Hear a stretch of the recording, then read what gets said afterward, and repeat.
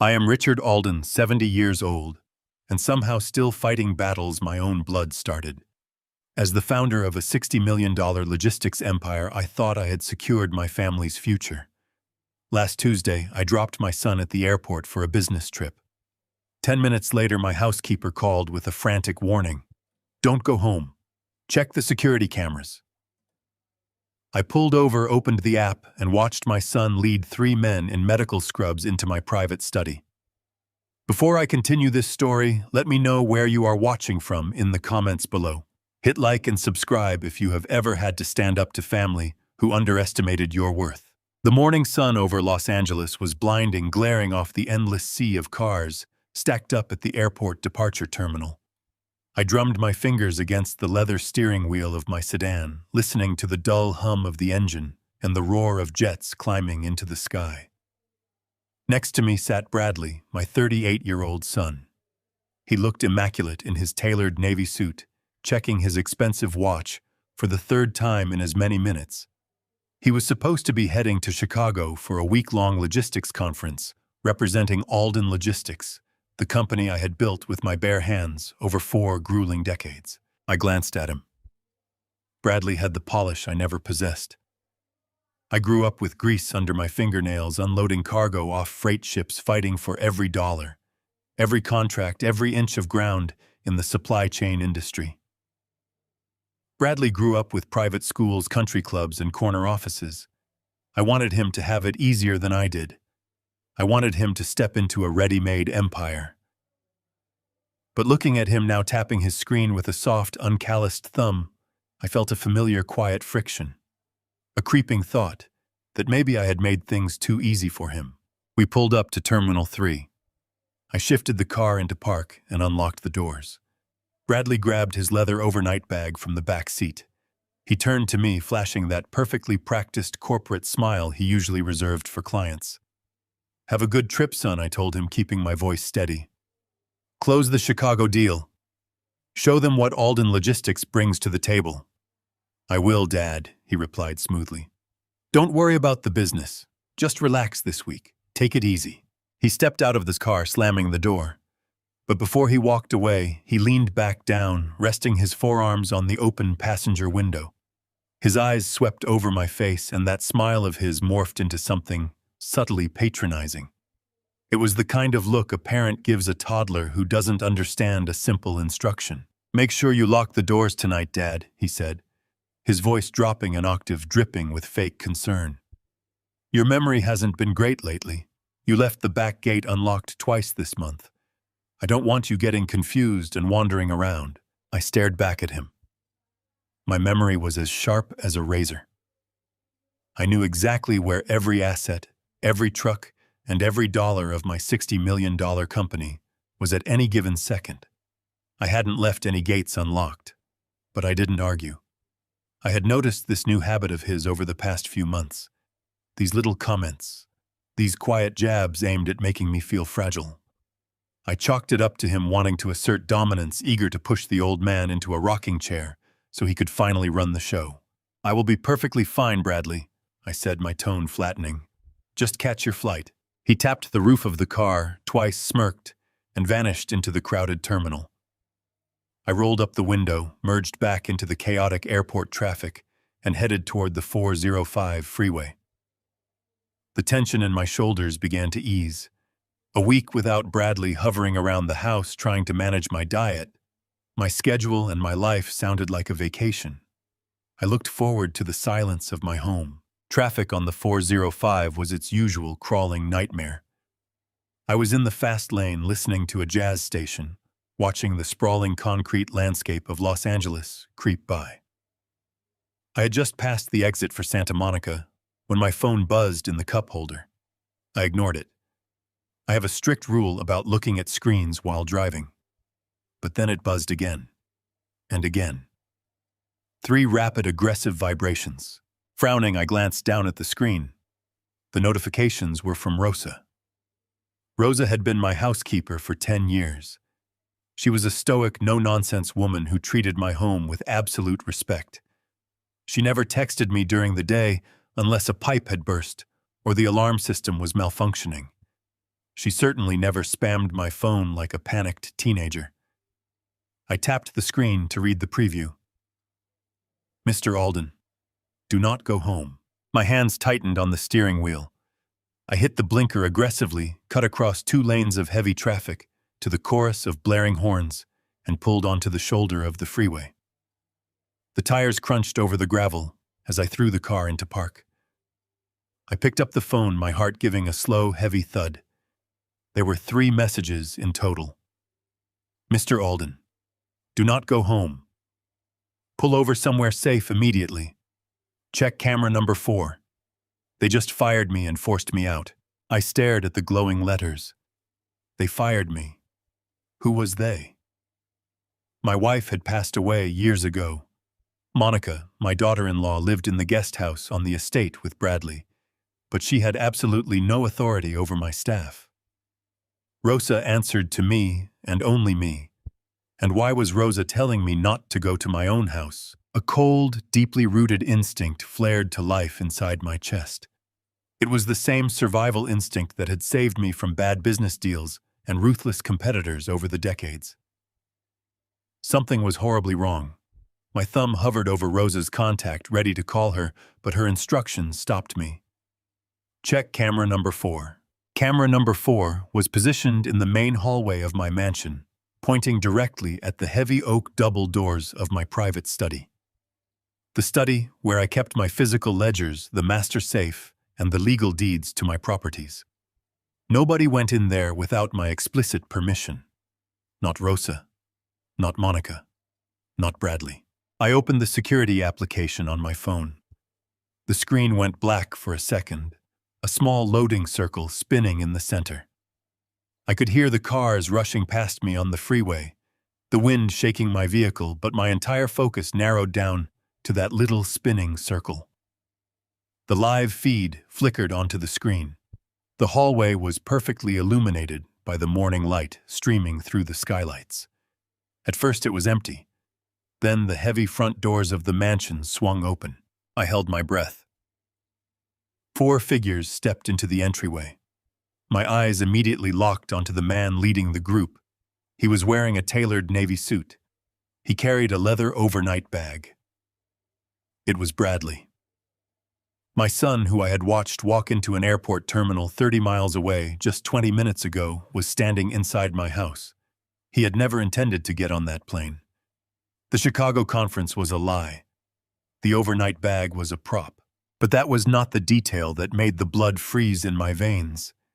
It was the 3 men walking directly behind him. They were big, thick-necked men wearing light blue medical scrubs. They carried heavy black duffel bags, the kind used by paramedics or emergency responders. I watched through the grainy resolution of the camera as Bradley pointed a finger directly at the doors of my private study. The 3 men nodded. One of the men in scrubs unzipped his black bag as they approached the study doors. He pulled something out. It was thick canvas material with long straps, a heavy-duty medical straitjacket. Another man reached into his pocket and pulled out a long metallic object that caught the light of the hallway. A medical syringe. Bradley stood aside, crossing his arms over his chest, his face completely devoid of emotion as he watched the men open the doors to my study and walk inside. He looked calm, calculated, patient. He was waiting for something. He was waiting for me to come home. The sheer gravity of what I was witnessing slammed into me. The fake business trip. The patronizing comment about my failing memory. The unceremonious firing of my loyal housekeeper to ensure there were no witnesses. My own flesh and blood had laid a trap in my living room, intending to ambush me with men armed with sedatives and restraints. I sat alone in my car on the side of the bustling freeway, the silence inside the cabin deafening. I did not panic. I did not cry. The shock quickly burned away, leaving nothing but a cold, razor-sharp clarity. They thought I was an old, clueless man whose mind was slipping. They thought they could cage the wolf in his own den. I locked my phone screen and placed it carefully on the passenger seat. I gripped the steering wheel, took a slow, deep breath, and prepared to dismantle my son's life. I reached for my phone, my thumb sliding over the glass screen. I needed to test the water. I needed to see exactly how deep this deception ran before I made my next move. I dialed Bradley's number. The line rang twice before he picked up. Immediately, a wave of ambient noise flooded the speaker. The muffled, echoing announcements of flight delays, the rolling chatter of a crowded terminal, the distinct rhythmic clacking of suitcase wheels rolling over tile floors. It was a flawless audio track. "Hey, Dad," Bradley said, raising his voice slightly as if fighting to be heard over the airport intercom. "Did you make it back to the house yet?" I stared at the security feed on my dashboard. Bradley was standing in the dead center of my silent, sunlit study, a phone pressed to his ear. "Not yet," I replied, forcing my voice into the casual, slightly tired tone of an old man navigating Los Angeles traffic. "I pulled over to grab a coffee. Just wanted to make sure you made it through security all right. The lines looked terrible when I dropped you off." "Oh, it was a total nightmare," Bradley lied smoothly, pacing across my vintage Persian rug. "But I made it through. I am sitting at gate 12 right now. They are starting the boarding process in about 10 minutes. He did not stammer. He did not hesitate. The boy I had raised, the son I had trusted to inherit my life's work, was looking at my mahogany desk while effortlessly painting a picture of an airport terminal 30 miles away. "Good," I said. "Have a safe flight. Call me when you land in Chicago." "Will do, Dad. Get some rest today." The line went dead. I lowered the phone. A heavy, suffocating chill settled deep into my bones. He had a soundboard prepared. This was not a spur-of-the-moment lapse in judgment. This was a highly coordinated, meticulously planned operation. If Bradley was the actor on the stage, someone else was writing the script. Bradley was far too weak, far too impulsive to engineer something this flawless. He lacked the nerve to coordinate a home invasion. I needed to speak to the director of this little play. I dialed Monica's number. My daughter-in-law had always been a master of appearances. From the moment Bradley brought her home, she had played the role of the devoted, caring addition to the family. She was always the first to pour my tea, the first to ask about my doctor appointments, the first to suggest that I take a step back from the company to enjoy my golden years. I had mistaken her constant hovering for genuine affection. I now understood it was simply tactical reconnaissance. The phone rang exactly 3 times before she answered. "Dad," Monica said, her voice bright, sweet, and perfectly composed. "I am so glad you called. Are you on your way back? Still stuck on the freeway?" I lied, leaning back against the leather seat of my car. "Traffic is backed up past Culver City. I just wanted to check in. I spoke to Bradley a minute ago. He is at the gate." "Yes, he just texted me," Monica replied effortlessly. Her tone was light, airy, the absolute picture of a dutiful wife. "Listen, Dad, do not be alarmed when you get home. I had to make an executive decision while you were driving." "An executive decision?" I asked, keeping my tone perfectly neutral. "I noticed a water stain on the ceiling below your master bathroom this morning," she explained, her voice dripping with artificial concern. "I did not want to risk a pipe bursting while you were home alone, so I called an emergency plumbing service. They are at the house right now taking a look at it." The absolute sociopathic calm in her voice was breathtaking. She was providing a cover story for the men in the house just in case I arrived earlier than expected and saw strange vehicles parked in my driveway. She was ensuring I would walk through the front door completely disarmed, expecting to greet a crew of blue-collar workers fixing a leak. "I see," I said, keeping my breathing slow and measured. "That was very thoughtful of you, Monica. I appreciate you taking care of that. Are they going to be there long?" "They should be wrapping up soon," she reassured me. "I told them to let themselves out if you weren't back. I also set the coffee maker for you. I know how much you hate dealing with that machine. Just press the button when you get inside." "You always think of everything," I murmured. "We just want you to be comfortable, Dad. Drive safe." She hung up. I sat in the stifling heat of my car, staring at the blank screen of my phone. Plumbers. A master bathroom leak. A fresh pot of coffee waiting for me. The sheer scale of their arrogance was staggering. They had mapped out every detail of my routine, anticipating my reactions, treating me like a predictable, senile asset ready for liquidation. They thought they had accounted for every variable. They forgot that I spent 40 years anticipating supply chain disruptions before they happened. I picked up my phone and reopened the security application, pulling up the live feed from camera number 4. I maximized the screen, pinching the glass to zoom in tightly on the study. The 3 men were still standing there, taking instructions from my son. I studied the men Monica had called emergency plumbers. I looked at their hands. I looked at the black canvas duffel bags resting on the floor. There were absolutely no wrenches. There were no pipe cutters, no sealing tape, no toolboxes. One of the men, a giant with thick arms and a shaved head, reached into his bag and pulled out the heavy leather straitjacket, testing the strength of the buckles. The second man stood near the bookshelf, calmly preparing a medical syringe, tapping the glass vial with a thick finger to clear the air bubbles. They were not here to fix a leak. They were an extraction team. My gaze shifted to Bradley. He stood at the head of my desk, the desk where I had spent countless nights building the wealth he so desperately wanted to inherit. He unzipped his leather overnight bag, reached inside, and pulled out a thick stack of legal documents. He laid the papers flat on the mahogany surface, smoothing them out with the palm of his hand. The camera resolution was high enough for me to see the emblem stamped on the top page. It was the official, unmistakable red seal of the Superior Court of California. This was the real endgame. They were not just stealing money behind my back. They were going to strip away my fundamental human rights. They intended to declare me mentally incompetent and seize total legal control over my life, my assets, and my freedom. I was going to be locked in a cage entirely dependent on the 2 people who had built it for me. The hunt had officially begun. The panic that should have paralyzed me was instantly swallowed by a cold, familiar calculus.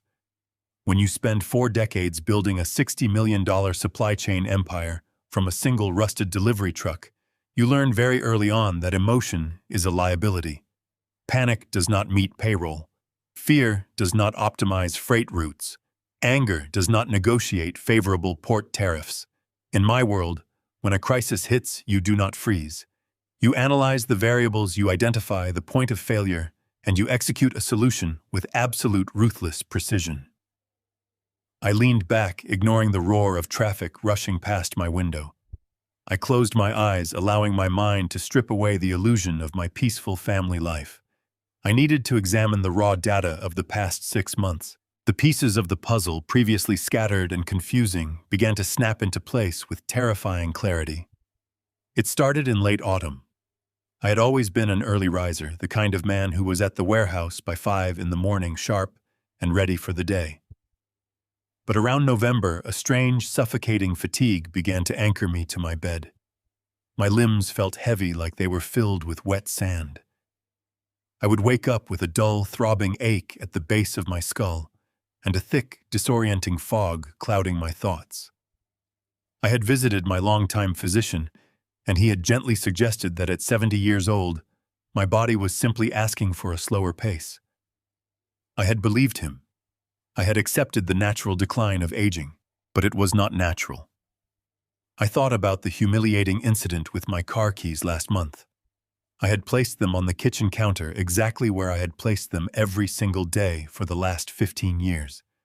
An hour later, they were gone. I had spent 45 minutes tearing the house apart in a frantic search. Monica had been the one to find them miraculously tucked inside the refrigerator, next to a carton of milk. She had looked at me with such overwhelming pity, gently placing her hand on my shoulder, whispering that it was perfectly normal to have memory lapses at my age. Bradley had been standing in the doorway, shaking his head with a heavy performative sigh. They had orchestrated the entire event. They had moved the keys to make me doubt my own sanity. Then there was the coffee. Monica had been so insistent on taking over my morning routine. She claimed she had found a specialty organic roast from a boutique cafe downtown and wanted to prepare it for me every morning. She said it was her way of showing appreciation for everything I provided for them. Every single morning, she would bring a steaming ceramic mug into my study, lingering just long enough to watch me take the first few sips. And every single morning, within 30 minutes of finishing that cup, the heavy, suffocating brain fog would roll in. I would struggle to read my financial reports. The numbers on the spreadsheets would blur and dance across the page. My hands would develop a subtle, uncontrollable tremor. I was not losing my mind. I was being systematically, deliberately poisoned. The realization hit me with the force of a freight train, but I kept my breathing steady. They were dosing me. They were using some kind of chemical sedative, carefully measuring out, just enough to mimic the symptoms of severe cognitive decline, but not enough to put me in the hospital where a blood test might reveal their treachery. They needed a medical paper trail of my supposed deterioration. They needed a documented history of confusion, lethargy, and memory loss. That was the only way a judge would ever sign off on an emergency conservatorship. They needed me to look like a helpless, broken old man who could no longer manage a vast corporate empire. I opened my eyes and stared out through the windshield at the endless stream of cars on the freeway. The medical scrubs, the heavy leather straitjacket, the syringe. It all made perfect, sickening sense now. The men in my house were not there to fix a plumbing leak. They were an extraction team. Bradley and Monica were going to wait for me to come home. Monica would serve me a fresh cup of coffee, likely spiked with a massive, paralyzing dose of whatever chemical they had been feeding me. Once I collapsed, the men in scrubs would restrain me. They would use the legal documents stamped with the seal of the Superior Court to forcibly commit me to a private, highly secure psychiatric facility. Once I was locked behind steel doors, heavily medicated, and completely isolated from the outside world, Bradley would assume total legal control of Alden Logistics. He would have unchecked access to my bank accounts, my property deeds, and my investment portfolios. He would liquidate my life's work while I wasted away in a padded room, unable to call my lawyer or access my funds. It was a flawless, merciless corporate takeover executed from inside my own home. I reached out and picked up my phone from the passenger seat. I needed to move, but I needed to do so without triggering any alarms. In the logistics business, tracking your assets is the difference between a profitable quarter and bankruptcy. Every single truck in my commercial fleet was equipped with a state-of-the-art real-time satellite tracking system. I had applied that same principle to my personal vehicles. I opened the fleet management application on my phone and brought up the diagnostics for my sedan. The primary global positioning signal was functioning perfectly, pinging my location on the shoulder of the 405 freeway. But as I scrolled through the raw diagnostic data, my eyes caught a secondary frequency. It was a faint parasitic signal bouncing off the cellular towers, transmitting a parallel location packet every 30 seconds. My vehicle's computer system had detected an unauthorized external broadcast source, drawing a minuscule amount of power from the battery. I unbuckled my seatbelt, opened the car door, and stepped out into the chaotic noise of the highway traffic. The afternoon sun beat down on my shoulders as I knelt on the hot asphalt. I reached under the front bumper, running my hands along the metal chassis, feeling blindly past the plastic shielding and the steering column joints. My fingers brushed against something that did not belong. It was a small rectangular plastic box, about the size of a deck of cards, held firmly in place by a heavy-duty magnetic mount. I pulled it loose and brought it out into the sunlight. It was a commercial-grade long life tracking beacon. It had a small blinking green light indicating it was actively transmitting. Bradley had not just planned an ambush at the house. He was monitoring my exact movements in real time. They knew exactly where I was, and they were watching to see what I would do next. The trap was set, the executioners were waiting, and they were hunting my every move. I placed the tracking beacon back under the bumper, ensuring the magnet clicked against the chassis. If I destroyed the device, Bradley would know I found it. I needed him to believe I was wandering blindly through Los Angeles. I slid into the driver's seat, put the car in gear, and merged into traffic. I took the next exit driving surface streets until I found a crowded outdoor mall. I navigated the labyrinth of parked cars pulling into a shaded spot on the third level of a parking garage. I turned off the engine and locked the doors. My vehicle and the tracker attached to it would remain sitting quietly, transmitting a mundane location to my son's phone. I walked down the stairwell to the street level and hailed a taxi. I gave the driver the address for a rundown diner on the edge of the city limits. It was a place disconnected from the polished world Bradley and Monica inhabited. I sat in the back of the cab, watching the glittering high-rises give way to faded strip malls. When the cab pulled into the parking lot, I paid the driver in cash and stepped out into the smoggy air. The parking lot was mostly empty. I walked over to a weathered wooden bench near the back entrance and sat down to wait. 10 minutes later, a faded blue sedan turned off the main road and crunched over the gravel, pulling into a spot a few yards away. The engine sputtered and died. The driver's side door opened and Rosa stepped out. She looked entirely different from the efficient housekeeper who had managed my estate for 10 years. Her shoulders were hunched, her hands were trembling, and her eyes darted nervously. She clutched a leather handbag tightly against her chest as she hurried over to the bench. I stood up to greet her, but she held up a shaking hand, gesturing for me to sit back down. "Mr. Alden," she whispered, her voice tight with panic. "I am so sorry. I did not know who else to call. I had to warn you." "Take a deep breath, Rosa," I said, keeping my voice low. "You did the right thing. Tell me what happened after I left this morning."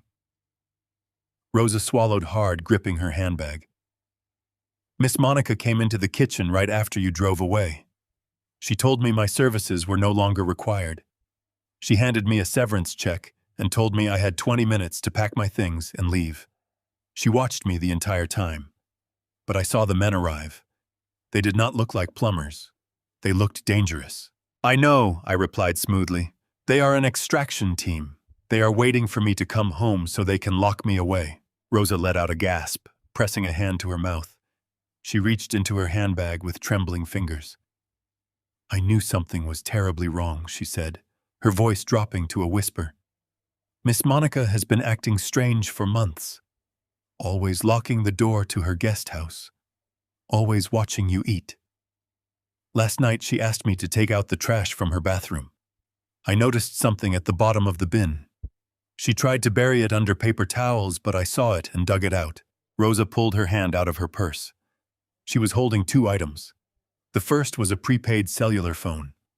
The second was a small amber plastic prescription bottle. The label had been scraped off, leaving behind a sticky mess of paper and adhesive. "I bought the phone with cash," Rosa explained, handing both items to me. "I thought your phone might be compromised. But you need to look at the pills. I watched her last week. She thought I was vacuuming the hallway, but I saw her in the kitchen. She used a metal spoon to crush a pill into white powder. Then she stirred it into your morning coffee. She has been poisoning you." I took the bottle from her shaking hands. The plastic rattled slightly as I turned it over. I could see several small, chalky white tablets resting at the bottom. The profound truth of the past 6 months was suddenly heavy in my palm. The brain fog, the fatigue, the memory lapses. It had been meticulously administered by the woman who smiled at me every morning. "Thank you, Rosa," I said, looking her directly in the eyes. "You have saved my life. I need you to leave the city. Take that severance check, cash it immediately, and stay with your sister for a few days. Do not answer calls from my son or daughter-in-law. I will contact you when it is safe." She nodded quickly, tears welling in the corners of her eyes. "Please be careful, Mr. Alden. They are planning something terrible." "I know," I told her. "But they have severely underestimated who they are dealing with." I watched Rosa hurry back to her sedan. She started the engine, threw the car into reverse, and sped out of the parking lot, disappearing down the road. I was alone again.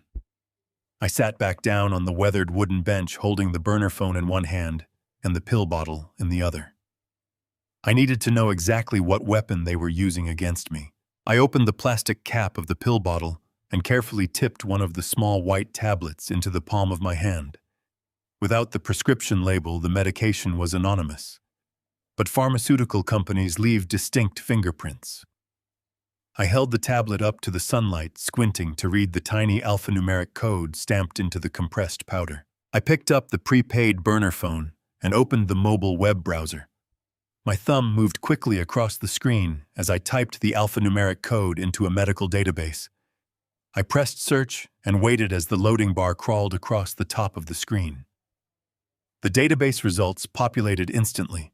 The screen displayed a high-resolution image of the tablet sitting in my palm. I read the chemical breakdown, the cold reality of their betrayal illuminating the screen. It was haloperidol. It was a severe antipsychotic medication typically administered in secure psychiatric wards to treat extreme cases of schizophrenia and acute delirium. The side effects included lethargy, cognitive impairment, memory loss, and a loss of motor function. Monica had been giving me concentrated doses of a chemical straitjacket. I scrolled down the page to read the standard prescription protocols. The drug was highly regulated. It could not be obtained legally without a strict diagnostic evaluation. I needed to know who had provided the weapon. I held the amber bottle up again, examining the torn remnants of the paper label. Most of the identifying information had been destroyed, but Monica had been careless near the bottom edge. A tiny sliver of white paper clung stubbornly to the plastic. I turned the bottle, angling it to catch the light. Printed in minuscule black ink, just barely legible, was the name of the prescribing physician, Dr. Gregory Pierce. I pocketed the amber pill bottle and the burner phone, leaving the weathered bench behind. The smoggy afternoon air felt heavy in my lungs, but my mind had never been clearer. I walked to the edge of the diner parking lot and hailed a passing cab, deciding an online ride service might leave a digital footprint tied directly to my primary tracking devices. I instructed the driver to take me to the industrial outskirts of Long Beach. I needed a medical facility that operated completely outside the standard corporate healthcare grid. I needed absolute discretion, and I needed unquestionable loyalty. My destination was a private medical clinic run by David Marshall. David was an old military surgeon I had served with decades ago, a man who owed me his entire professional practice after I bankrolled his clinic when the commercial banks flatly refused his business loans. He operated in a gray area, catering strictly to high-net-worth clients who required absolute anonymity. As the cab navigated the congested surface streets, I stared out the dirty passenger window. My own flesh and blood son. My own seemingly perfect daughter-in-law. They were not just ruthlessly stealing my hard-earned money. They were slowly, methodically erasing my very existence. The betrayal ran much deeper than simple greed. It was a cold, calculated assassination of my character. The cab pulled up to a nondescript, brutalist brick building nestled securely between two massive shipping warehouses. I paid the fare in crisp cash and stepped out into the humid, salty coastal air. I pushed through the heavy glass front doors and confidently bypassed the sparse waiting room, walking directly toward the secure clinical wing. The front desk receptionist stood up to loudly protest, but David stepped out of a nearby examination room. He was a tall, rugged man with a thick gray beard and sharp, perceptive eyes. He saw the cold, unyielding urgency clearly written in my expression and immediately waved off the worried receptionist. We entered his private back office, and I firmly locked the heavy wooden door behind us. I reached into my jacket, pulled out the amber pill bottle, and placed it directly on his stainless steel desk. I did not waste any time with polite pleasantries. I told him I needed a full expedited toxicology screen, and I needed it processed entirely off the official medical records. David took one long look at the bottle, read the remaining fragmented sliver of the label, and frowned deeply. He did not ask any unnecessary questions. He silently guided me to a leather examination chair, tied a rubber tourniquet tightly around my bicep, and expertly slid a needle into my prominent vein. I watched the dark crimson liquid flow steadily into the glass tubes, knowing that within those blood samples lay the irrefutable scientific proof of my family and their horrific treachery. As the dark red blood filled 3 separate collection vials, he promised me the final diagnostic results in less than an hour, using his advanced in-house laboratory equipment. With a small bandage securely taped over my arm, I sat completely alone in the quiet office. I reached into my pocket and pulled out the prepaid burner phone Rosa had provided. It was time to wake up the shark. I dialed the direct unlisted personal cellular number of Thomas Kensington. Thomas was my lead corporate attorney, a man who possessed a legal mind as ruthless and unforgiving as a rusted steel bear trap.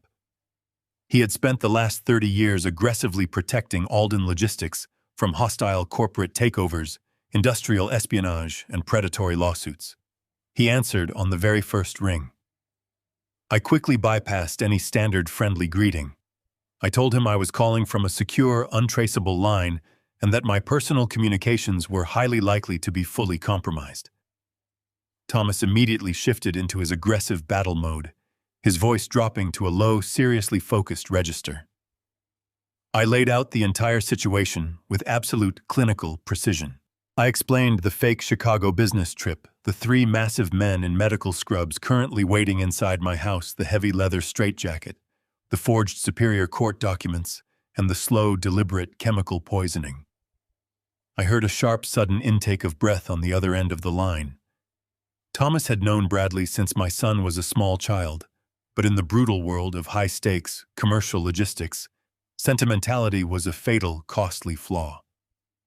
I gave Thomas his immediate, non-negotiable orders. I told him to initiate a code-red lockdown on every single financial and physical asset attached to my personal name. I wanted my private bank accounts completely frozen. I wanted my real estate deeds locked securely inside a blind holding trust. I wanted my massive stock portfolios suspended from any external trading. I explicitly instructed him to erect a legal fortress around my $60 million corporate empire that not even a wrecking ball could possibly breach. Thomas did not hesitate or pause for a single second. He promised that within the next 60 minutes, any desperate attempt by Bradley to access my wealth, execute a fraudulent power of attorney, or leverage my commercial properties would trigger a massive automated legal blockade. The trapdoors were finally slamming shut. I thanked Thomas, feeling a grim, powerful satisfaction replacing the lingering ache of parental heartbreak. I ended the call and I tossed the cheap burner phone onto the stainless steel desk. The trap was firmly set. Now I simply needed to confirm the exact chemical nature of the poison presently coursing through my veins. The passing minutes ticked by with agonizing, suffocating slowness. I paced the small, sterile office, my leather shoes clicking rhythmically against the polished linoleum floor. I thought about Monica smiling so sweetly as she handed me that poisoned morning coffee. I thought about Bradley standing confidently in my private study, eagerly waiting to steal my entire life. Finally, the heavy wooden door clicked loudly and pushed open. David walked slowly back into the softly lit room, nervously holding a freshly printed laboratory diagnostic report tightly in his large hands. His rugged face was visibly drawn, his skin shockingly pale, and his strong jaw clenched so tightly the muscles fluttered visibly under his gray beard. He did not look at me with the standard calm clinical detachment of a seasoned medical physician. He looked at me with the profound, terrified concern of a combat soldier who had just witnessed a brutal, calculated massacre. He slowly lowered the printed document onto the stainless steel desk, exhaling a long, shuddering breath before looking directly into my eyes. The blood work confirmed everything, but the reality was far more malicious than I had ever anticipated. David stated that my bloodstream contained massive, highly concentrated levels of the severe antipsychotic medication. The deliberate dosage they had been secretly feeding me was catastrophically high. He leaned forward, his voice trembling with a mixture of professional shock and personal outrage.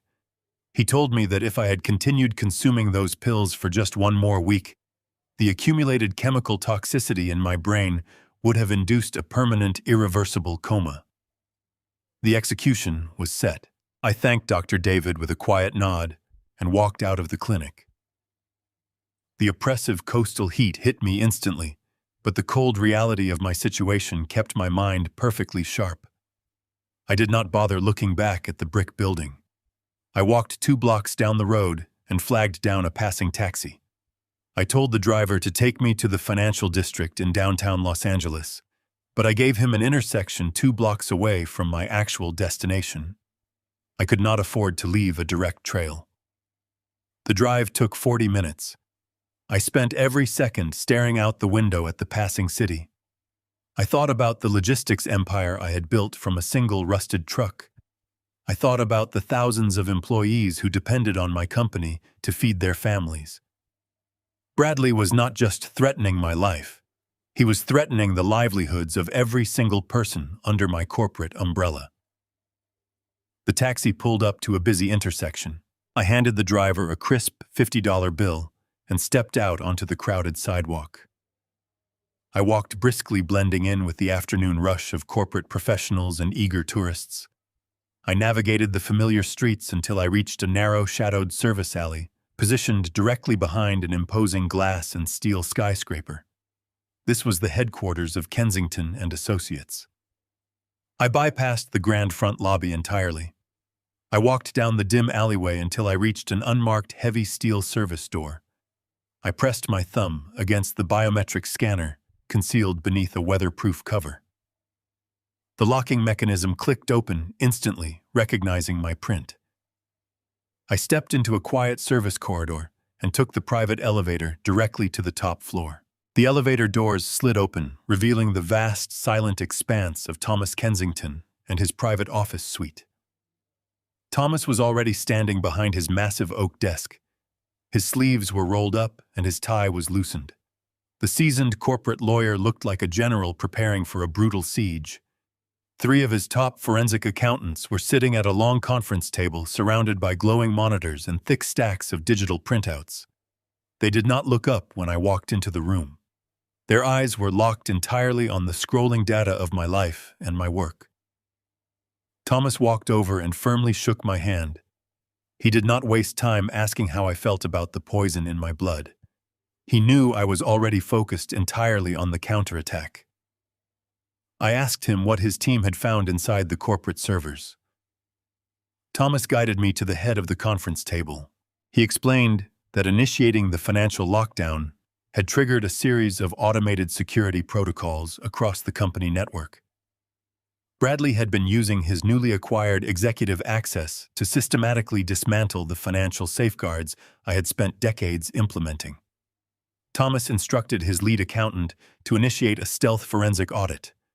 This was a highly advanced tracing protocol designed to bypass standard corporate firewalls without alerting the primary system administrators. We needed to see exactly how deep the rot went without letting Bradley know we were looking. The accountant typed a rapid sequence of commands into his keyboard. The large wall-mounted presentation screen flickered to life. Columns of raw financial data began to cascade down the monitor, illuminating the dark room with a pale blue glow. I stood perfectly still, watching the digital lifeblood of Alden Logistics flash before my eyes. For the first 20 minutes, the ledgers appeared completely normal. The standard operating expenses, the payroll distributions, the fuel costs, and the routine maintenance budgets all matched my internal projections. Bradley had been careful. He had expertly buried his illicit activities deep beneath layers of legitimate corporate transactions. But a stealth audit is designed to find the invisible cracks in the foundation. The lead forensic accountant suddenly paused the scrolling data. He highlighted a complex web of recent real estate transactions. My chest tightened as I read the corporate designations on the screen. Bradley had not simply embezzled liquid cash from the operational accounts. He had committed a far more catastrophic financial crime. Using the forged executive authority Monica had helped him secure, he had secretly leveraged 4 of my largest distribution warehouses as collateral. These were the primary shipping hubs located in Chicago, Dallas, Atlanta, and Seattle. They were the physical pillars holding up my entire national supply chain. Bradley had quietly transferred the property titles into a newly created subsidiary holding company. He then used those titles to secure massive, unregulated commercial loans from private shadow lenders. He was mortgaging the very concrete and steel of my legacy to fund his desperate agenda. Thomas let out a low, angry breath. He explained that these loans were structured with predatory interest rates and hidden default clauses. If the massive debt was not settled, the private lenders would legally seize the warehouses, effectively crippling the operational capacity of Alden Logistics overnight. I asked the forensic accountant to trace the exact destination of the borrowed funds. I needed to know exactly who was holding the leash around my son and his wife. The accountant initiated a deep web tracking sequence following the digital money trail through a dizzying maze of offshore accounts and blind trusts. The massive funds had bounced from the Cayman Islands to Panama, and finally to a remote banking server located somewhere deep within the Caribbean. The digital laundering technique was incredibly sophisticated, clearly indicating that Bradley was not acting alone in this endeavor. He was being guided by highly trained individuals who specialized entirely in making massive illicit fortunes completely disappear without a single trace. The tracking software finally isolated the terminal destination of the diverted funds. The lead accountant stopped typing on the glowing keyboard and slowly looked up at Thomas. The spacious room fell into absolute suffocating silence. Thomas placed his hands flat on the conference table and leaned heavily over the wooden surface. He stared silently at the screen for a long, agonizing moment. He then slowly reached out his right arm and turned the large presentation monitor around so it faced me directly. I looked closely at the highlighted final destination. The money had been funneled directly into a massive shell corporation based completely out of Miami. I recognized the corporate entity immediately. It was a well-known, highly insulated financial front for a ruthless international crime syndicate. Bradley had not just stolen money from his trusting family. He had climbed foolishly into bed with a dangerous cartel. Thomas looked at me with cold, unblinking eyes. He pointed a finger to the digital ledger displayed clearly on the monitor. He explained that my son had borrowed exactly $15 million from the powerful syndicate. He pointed downward to a secondary file detailing the aggressive loan terms. The brutal, inescapable reality of the dire situation finally settled heavily over the utterly silent room. Bradley had not just stolen massive amounts of company money, he owed $15 million to a cartel, and the absolute final deadline for the full repayment was strictly due in exactly 48 short hours. The massive $15 million cartel debt extinguished my remaining paternal sentiment. Bradley was a desperate, cornered animal, thrashing wildly to save his own life, entirely willing to sacrifice me. I left Thomas in his office issuing a strict directive to maintain radio silence. I hailed a cab back to the mall where I had abandoned my vehicle. I found my dark luxury sedan exactly where I parked it. The tracking beacon was still secured to the undercarriage, silently broadcasting my location to my executioners. I slowly slid into the leather driver's seat and firmly gripped the steering wheel, taking a long, slow, incredibly measured breath. The critical time for quietly gathering actionable intelligence was completely over. It was finally time to step bravely and directly into the merciless jaws of the elaborate trap they had so carefully laid for me. I smoothly put the car in gear and confidently began the long, quiet drive back to my sprawling residential estate. During that solitary drive, I systematically and deliberately stripped away the rigid, commanding posture of a highly successful, remarkably formidable chief executive. I intentionally let my broad shoulders slump weakly forward physically, rounding my spine to perfectly mimic the heavy, invisible, crushing weight of advanced age. I diligently practiced softening my sharp gaze successfully, replacing my usually calculating, intense focus with a remarkably dull, vacant, and aimless wandering stare. I completely had to become the frail, broken man they so desperately needed me to be. I had to flawlessly become the pathetic, entirely incompetent victim. Just before turning the heavy vehicle onto my quiet, secluded private street, I deliberately reached over into the passenger side glove compartment and carefully retrieved a flat, highly polished, stainless steel drinking flask. I quickly unscrewed the tight metal cap, unceremoniously emptied the remaining stale whiskey directly out the open car window, and then strategically tucked the empty concealed flask securely into the deep, hidden inner breast pocket of my tailored designer suit jacket. I slowly turned the steering wheel and gently guided the large sedan down the incredibly long, beautifully landscaped, winding driveway of my primary estate. The entire sprawling property was deeply, unsettlingly quiet. The fake emergency plumbing vans Monica had specifically mentioned on the phone were now completely and conspicuously absent from the circular driveway. They had very clearly and intentionally moved their intrusive utility vehicles directly into the expansive, closed, multi-car garage to perfectly maintain the deceptive illusion of a totally peaceful, entirely empty family home. I parked the car right near the grand front entrance, quietly turned off the humming engine, and took one final, incredibly deep breath. I intentionally let my tight jaw go slightly slack. I opened the heavy car door and carefully stepped out, deliberately and noisily, dragging the hard heel of my right leather shoe against the decorative paving stones. I clumsily shuffled up the long stone pathway, consciously making my physical movements agonizingly slow and tremendously labored. I reached the heavy oak front door and fumbled clumsily with my metal house keys, purposely dropping the entire loud ring completely onto the textured, woven welcome mat. I bent my body down, very slowly, groaning loudly, with wildly exaggerated physical effort, before finally unlocking the large door and pushing it heavily open. The grand entryway foyer was warmly bathed in the rich golden fading light of the late afternoon, but the unnatural silence inside the house itself felt incredibly thick and suffocatingly heavy, actively charged with an electric, deeply predatory tension. I stepped clumsily inside the quiet house, deliberately leaving my expensive leather briefcase sitting abandoned on the marble floor, and aggressively rubbed my temples as if actively fighting off a sudden, overwhelmingly disorienting wave of deep mental confusion.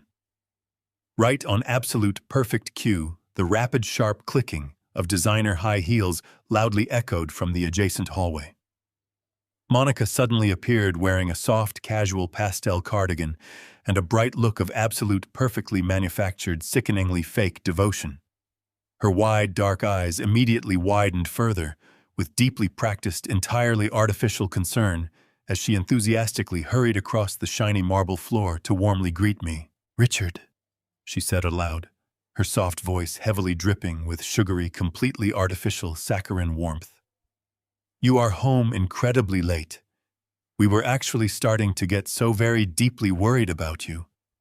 She quickly reached out and gently took my frail right arm. Her touch, which I once found comforting, now felt like the clinical grip of a venomous snake. "Traffic was terrible," I mumbled, slurring my words slightly, letting my head loll toward my chest. "I feel so tired, Monica. So incredibly tired. My head is spinning again. I just cannot seem to shake this fog today." "Oh, you poor thing," she cooed, stroking my arm with maternal condescension. "You have been pushing yourself much too hard lately. The plumbers just finished packing up their equipment. I told Bradley to go wait in the guest house so the house would be quiet for you. Come sit down in the living room. Let me get you something warm to drink." I allowed her to lead me to the leather armchair. I sank into the cushions with a weary sigh. Monica hovered over me, her eyes darting quickly to gauge my alertness before gliding toward the kitchen. I sat perfectly still, listening to the clinking of ceramic. She was preparing the final dose to incapacitate me so the extraction team could secure the straitjacket. She returned carrying a silver tray with a steaming porcelain teacup. She placed it on the coffee table and picked up the cup. "I made you a special chamomile blend," she whispered, smiling with chilling sweetness. "It will clear that brain fog. Drink it while it is hot, Richard." I reached out with trembling hands and took the cup. Underneath the chamomile, I detected a faint, bitter chemical undertone. The haloperidol. It was a massive, paralyzing dose. "Thank you, Monica," I rasped, bringing the cup close to my lips.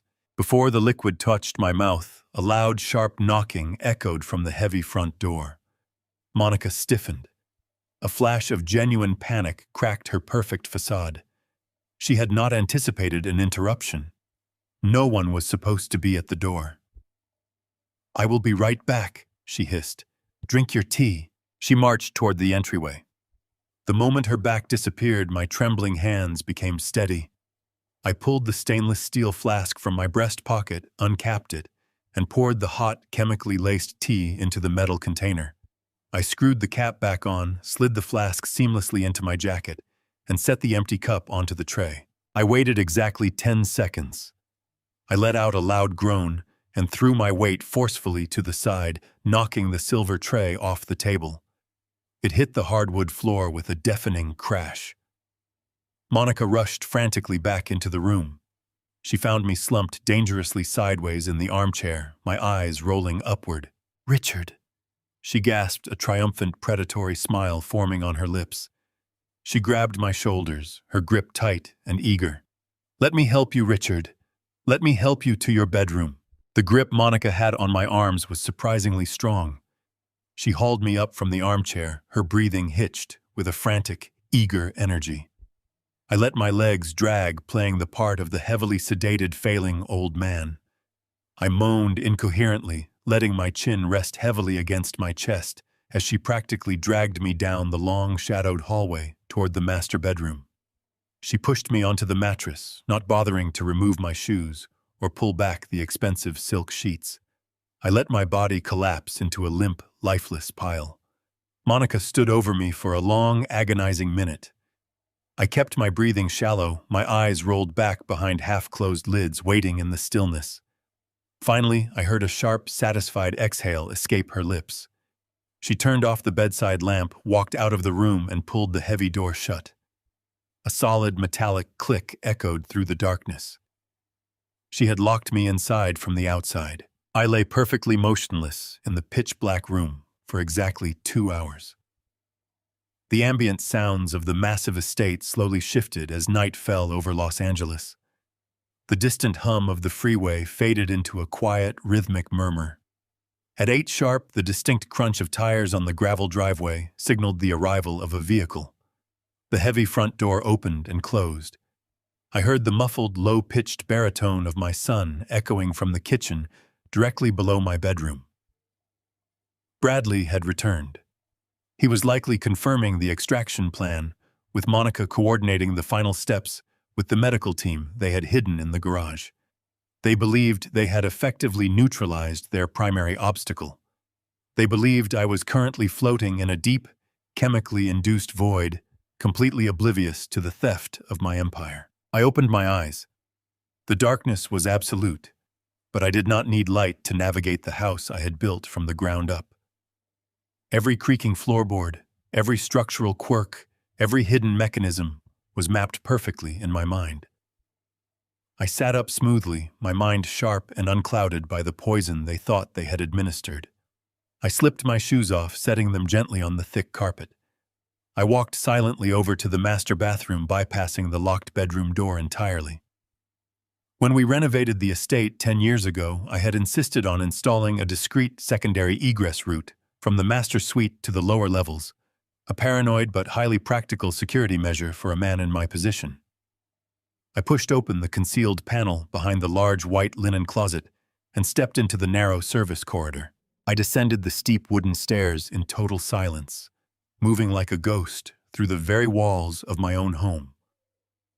I bypassed the kitchen where the low hum of the hushed conversation between Bradley and his wife continued to vibrate through the floorboards. I moved with deliberate, calculating precision, slipping seamlessly into the west wing of the estate. This section housed the private home offices. I bypassed my own heavily secured study and moved directly toward the modern glass-walled office Bradley had commandeered for himself. The door was closed but unlocked. I pushed it open and stepped inside. The room smelled of expensive cologne and anxiety. The heavy velvet curtains were drawn tight, blocking out the moonlight. I moved behind his pristine mahogany desk. Bradley was an arrogant man, but he was also incredibly careless. He relied heavily on the superficial security of his gated community and the false loyalty of his accomplices. Resting directly in the center of the desk, plugged into a sleek charging dock, was his personal tablet. The screen was dark, but a small green indicator light pulsed softly. I reached out and tapped the glass. The screen flared to life, illuminating the dark room with a pale bluish glow. Bradley had not bothered to engage the biometric lock or set a complex numerical password. He was so confident in his total control over the household that he had simply left the device open and entirely vulnerable. I swiped my finger upward, instantly bypassing the lock screen and accessing the main dashboard. I immediately opened his primary document application, scanning the recently accessed files. My eyes locked onto a folder labeled with my full legal name. I opened the digital folder and tapped the first document in the queue. The screen filled with densely packed legal text, complete with the official seals and authorized signatures of the Superior Court. It was a fully finalized petition for an emergency medical conservatorship. The clinical language was cold, detached, and entirely damning. The petition falsely declared that I had suffered a catastrophic, unrecoverable cognitive collapse. It cited fabricated medical evaluations, entirely fake diagnostic reports, and the highly manipulated testimony of my own family. The documents legally certified that I was mentally brain-dead, completely incapable of making rational decisions, and utterly dependent on constant, heavily sedated psychiatric care. The final page of the digital document contained a grim, terrifying timeline. The emergency judicial order was scheduled to be officially executed and legally ratified at exactly 8 in the morning tomorrow. In less than 12 hours, the extraction team currently hiding in my garage would strap me into a heavy leather straitjacket, transport me to an undisclosed, highly secure facility, and Bradley would assume absolute, unchecked legal authority over the entirety of Alden Logistics and my $60 million fortune. The flawless legal execution of my identity was perfectly coordinated. I quickly pulled a small, high-capacity encrypted flash drive from my inner jacket pocket, plugged it directly into the side port of the tablet, and initiated a rapid, silent transfer of the entire document folder. I needed every single forged signature and fake medical report securely stored as irrefutable physical evidence. As the blue progress bar crawled across the illuminated screen, my eyes scanned the other applications installed on the tablet. Nestled discreetly in the corner of the digital display, disguised with a generic icon, resembling a simple weather application, was a highly secure, heavily encrypted messaging platform. It was the exact type of untraceable communication software favored by organized crime syndicates and shadow financiers to avoid federal surveillance. The file transfer completed with a soft, almost imperceptible chime. I pulled the flash drive free and tapped the disguised messaging icon. The application opened, revealing a single active communication thread. The sender was completely anonymous, identified only by a randomized string of chaotic alphanumeric characters. I opened the active thread and read the most recent incoming message. The text was short, brutally direct, and chillingly clear. It read, "If the old man does not sign the transfer by Friday night, we take your wife and we take your life." I stared at the glowing screen, feeling an icy current of absolute clarity wash over my mind. The cartel was incredibly serious. Bradley was trapped in a lethal corner. He needed my immediate elimination to access the massive corporate funds and save his own pathetic existence. The high stakes were completely unmasked, and the true desperate motive behind his merciless betrayal was undeniably exposed here this evening. The dawn broke over the sprawling Los Angeles estate with a deceptive, tranquil beauty. Sunlight filtered through the heavy silk drapes of my bedroom, casting long golden shadows across the thick carpet. I had spent the remaining hours of the night sitting completely still in the dark, my mind churning through the horrifying revelation I had discovered on my Sun tablet. $15 million owed to a ruthless Miami syndicate, a death threat hanging directly over his head and the head of his treacherous wife. Bradley was not a criminal mastermind. He was a terrified, desperate boy playing a dangerous game with men who would not hesitate to kill him. And to save his own skin, he was entirely willing to sacrifice me, his own father, locking me in a psychiatric ward to steal the funds necessary to pay off his lethal debts. I slowly rose from the edge of the mattress, my muscles stiff from the tension of the night. It was time to give them the performance they were so desperately waiting for.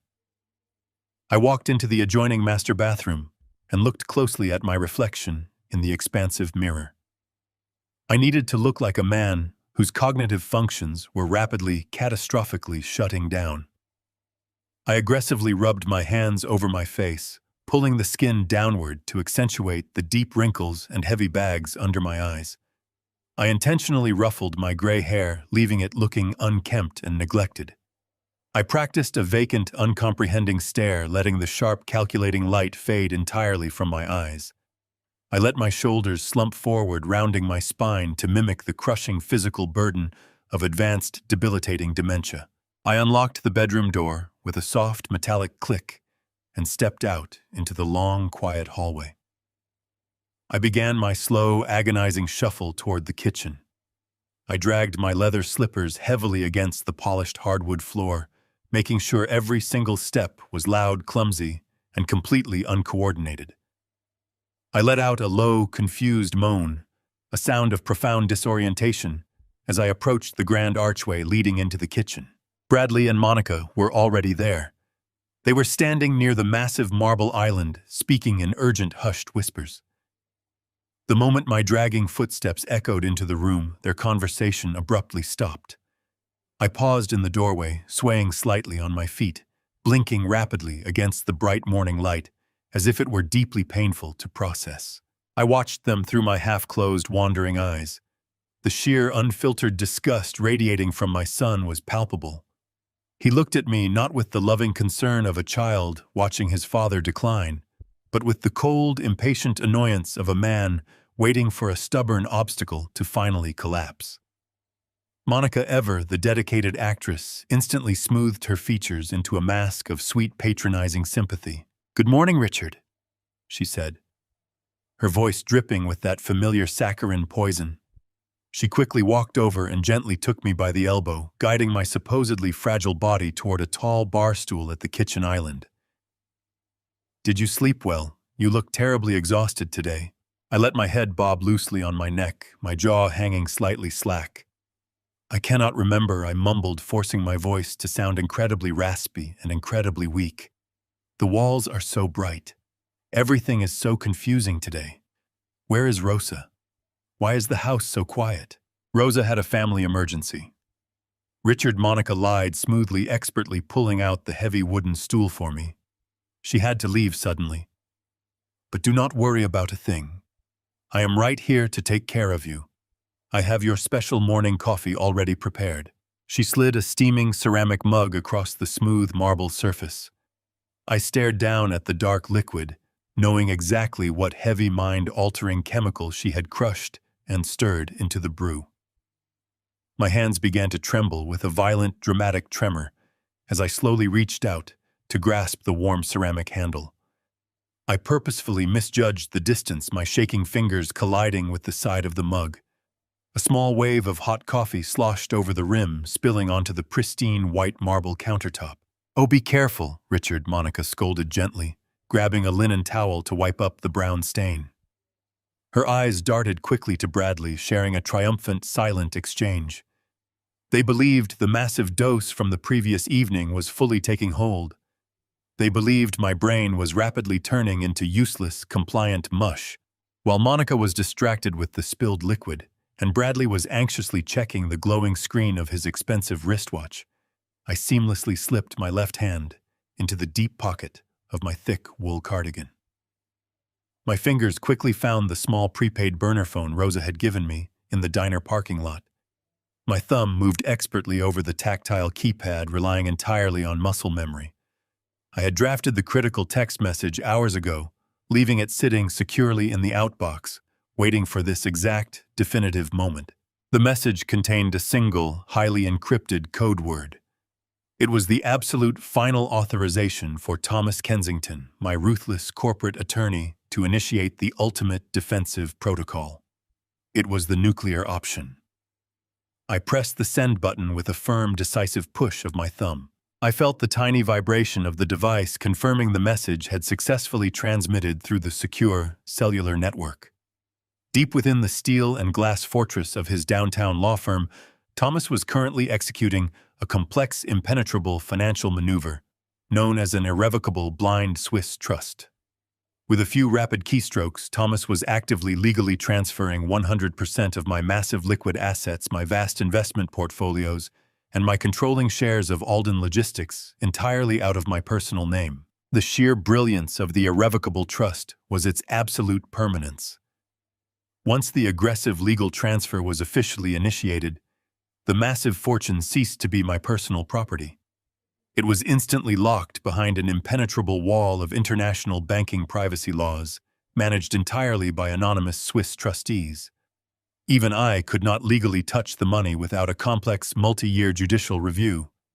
By initiating this extreme measure, I was deliberately stripping myself of all my worldly wealth.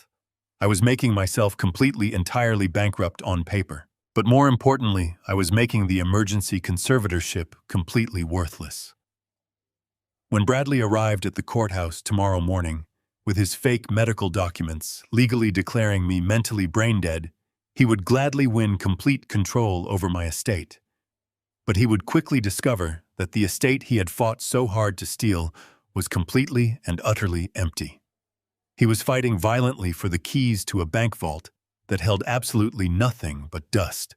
I let out a long, heavy sigh, resting my forehead against the cool marble of the kitchen island, continuing my pathetic performance. "I am so tired," I whispered, letting my eyes drift shut.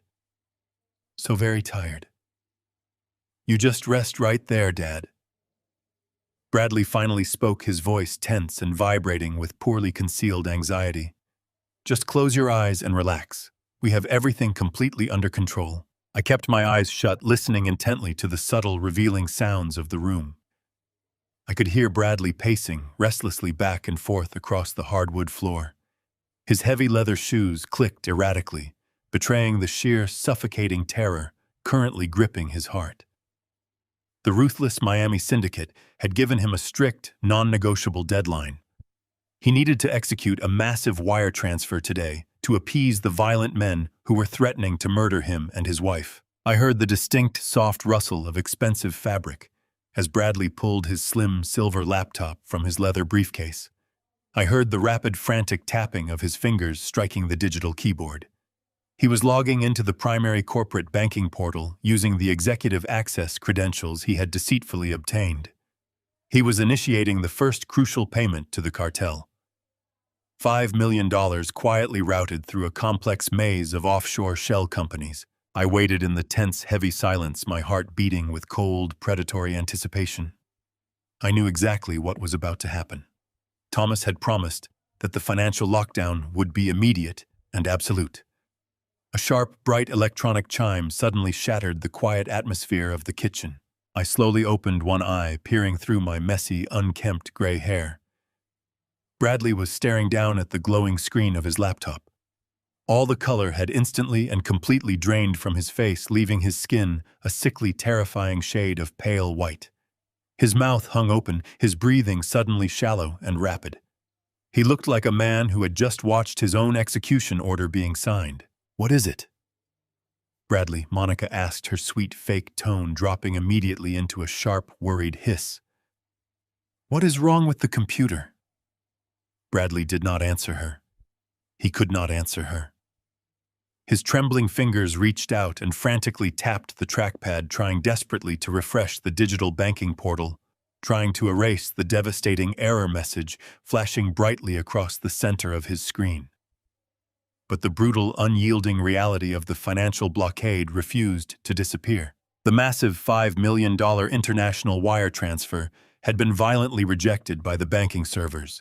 The digital notification glowing ominously on the screen was incredibly clear and incredibly final.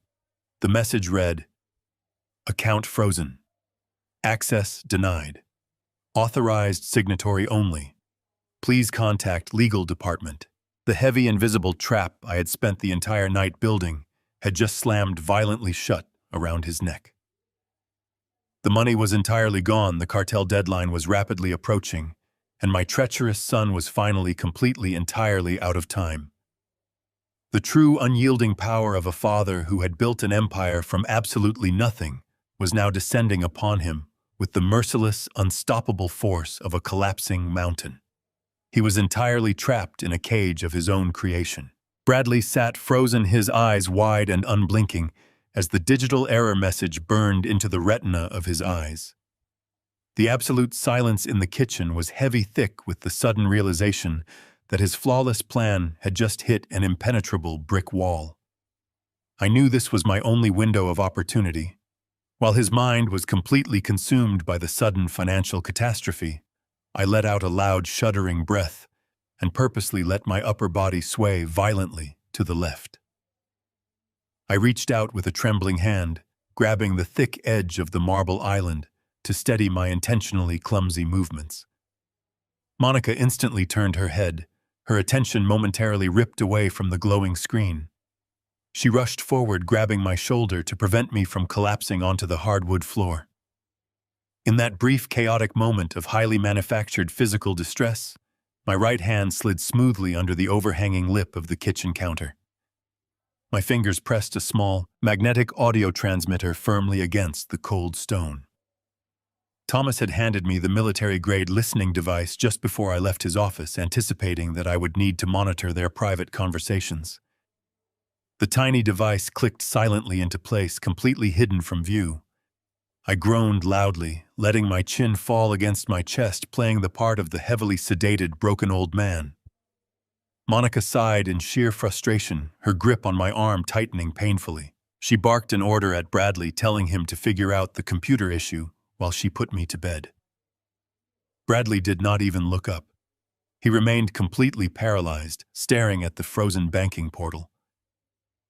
Monica practically dragged me down the long, shadowed hallway. She shoved me roughly into the master bedroom, not bothering with the saccharine, sweet tone she had used earlier. The facade was crumbling. She threw a heavy quilt over my legs, turned off the bedside lamp, and walked out without a single word of comfort. I heard the heavy metallic click of the lock securing the door from the outside. The moment her footsteps faded down the corridor, I threw off the blanket and sat up in the pitch-black room. My mind was sharp-focused and entirely clear. I reached into my inner jacket pocket and retrieved the burner phone.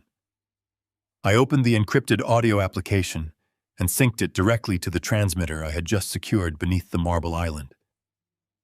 A low, rhythmic burst of static hissed softly from the phone speaker before the audio connection stabilized.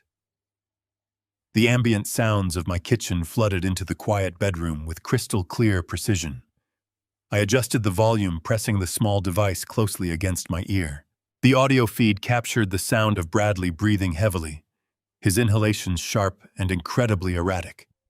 He was hyperventilating. Monica marched back into the kitchen, her designer heels clicking aggressively against the floorboards. She demanded to know what was wrong with the laptop. Bradley tried to speak, but his voice was completely choked with blind terror. He finally managed to stammer out the horrific reality of his situation. He told her the primary accounts were entirely frozen. He frantically explained the concept of an irrevocable blind trust, describing how the millions of dollars they desperately needed had vanished into a legally impenetrable fortress. He told her he was completely locked out.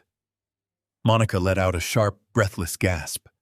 The absolute gravity of the situation was finally crashing down upon them. They had spent months carefully orchestrating my mental decline, hiring fraudulent doctors and preparing fake legal documents, all under the strict assumption that the money would be waiting for this simpon at the finish line. Now the vault was utterly empty. The silence that followed was heavy with a suffocating, undeniable panic. Bradley began to unravel completely. His voice pitched upward, vibrating with pure cowardice.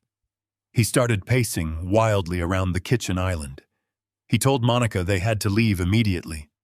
He frantically suggested that they empty their personal checking accounts, pack their most expensive jewelry, and drive straight to the airport. He desperately wanted to book a private charter flight to a country completely outside of federal extradition treaties. He babbled about hiding in South America, about changing their identities, about abandoning the massive estate, and running for their miserable lives. He was terrified of the cartel. He knew the violent, merciless nature of the men who had loaned him $15 million. He wept openly, begging his wife to understand that they were out of time. If they stayed in Los Angeles, the Shadow Syndicate would send their executioners to collect the debt in blood. His pathetic weeping pleas echoed through the audio feed, exposing the absolute weakness of the boy I had raised. He had desired the wealth and power of an empire, but he possessed none of the iron will required to actually defend it. He was a small, fragile creature, caught entirely in a trap meant for apex predators. A sudden, incredibly loud crack echoed through the speaker of the burner phone. It was the sharp, unmistakable sound of an open hand violently striking human flesh. Bradley let out a startled, pathetic whimper. Monica had slapped him directly across the face. Her voice, when she finally spoke, was utterly devoid of the sweet, high-pitched warmth she usually maintained. It was low, guttural, and trembling, with an intense, unyielding, absolute rage. She told him to shut his pathetic mouth and stop acting like a terrified child. She viciously mocked his plan to run away, reminding him that the cartel had eyes inside the airports, inside the banks, and inside their own neighborhood. She told him that running would only guarantee their immediate violent deaths. Monica was not a coward. She was a ruthless, calculating survivor, and she was entirely prepared to cross any moral or legal boundary to save her own skin. She stepped closer to the audio transmitter, her furious voice dropping to a harsh, commanding whisper. She told Bradley that the only way to access the locked funds was to establish undeniable legal physical control over me before the trust administrators could finalize the transfer protocols. She outlined a new, incredibly brutal contingency plan. The forged conservatorship papers required a physical signature or a biometric thumbprint to expedite the immediate release of emergency medical funds. Monica ordered Bradley to pick up his phone and immediately call Dr. Gregory Pierce. She commanded him to bring the corrupt physician and the heavy extraction team directly to the house tonight. They were no longer going to wait for the morning. They were no longer going to play a slow, careful game of medical deception. They were going to forcefully extract the biological authorization they needed. Bradley stammered weakly, protesting that bringing the team in the middle of the night was too dangerous, that it might alert the private neighborhood security patrols. Monica viciously cut him off. Her tone was absolute ice. She snarled into the quiet kitchen, her words perfectly captured by the hidden transmitter. "If you do not get his print tonight, the cartel will skin you alive. Bring the damn doctor. We will use the heavy, lethal dose." The heavy silence that followed Monica's chilling command was broken only by the sound of Bradley's ragged, defeated breathing. He did not argue. He did not attempt to defend himself or offer an alternative solution. He was a thoroughly broken man, entirely consumed by the paralyzing terror of the violent men he had foolishly brought into our lives. I listened through the hidden audio transmitter as he offered a weak, trembling murmur of compliance. The sharp, rapid clicking of his dress shoes echoed across the hardwood floor as he hurriedly walked toward the front of the estate. The heavy oak door opened with a dull creak and slammed shut, sending a faint vibration through the floorboards of my pitch-black bedroom. A few moments later, the distinct, muted roar of his sports car engine ignited in the driveway. The sound of crunching gravel faded into the distance as he sped away into the Los Angeles night, racing to retrieve the corrupt physician and the heavy extraction team. I lay perfectly still on my mattress, staring up at the invisible ceiling. The air in the room felt thick and suffocating. Bradley was gone, but the true threat remained inside the house. I pressed the burner phone closer to my ear, focusing entirely on the ambient noises transmitting from the kitchen. With my son out of the room, the chaotic, panicked energy that had completely filled the space just moments ago instantly evaporated. The frantic pacing ceased. The erratic, shallow breathing stopped. Monica was entirely alone, and the sudden shift in her physical demeanor was deeply terrifying to witness through the audio feed. She did not weep. She did not pace. She did not exhibit a single ounce of the desperate, frantic anxiety that had just crippled her husband. Instead, I heard the calm, deliberate sound of high heels stepping slowly toward the custom wet bar. I heard the sharp, crystalline clinking of ice cubes dropping into a heavy glass. I heard the smooth, steady pouring of an expensive liquor. She was pouring herself a drink. She was completely, entirely relaxed.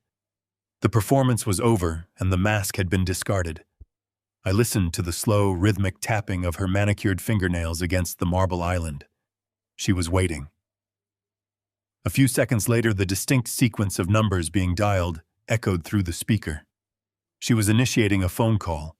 It was not to Bradley, and it was certainly not to Dr. Gregory Pierce. The line rang twice before a deep, resonant, impossibly cold voice answered. The man did not offer a greeting. He simply breathed into the receiver, waiting for her to speak. "I have an update regarding the internal situation at the estate," Monica said. Her voice was unrecognizable. The sweet, melodic pitch she used to manipulate my son was completely gone. In its place was a flat, authoritative, chillingly detached tone. She sounded like a seasoned corporate mercenary, delivering a routine situational report. The man on the other end of the line grunted softly. "The deadline remains absolute," he replied, his words laced with a quiet, terrifying menace. "Your husband failed to process the international wire transfer this afternoon. The financial accounts are entirely locked down. Our employers are growing incredibly impatient with these constant amateur delays. We require the $15 million immediately, or we will initiate the physical collection protocols.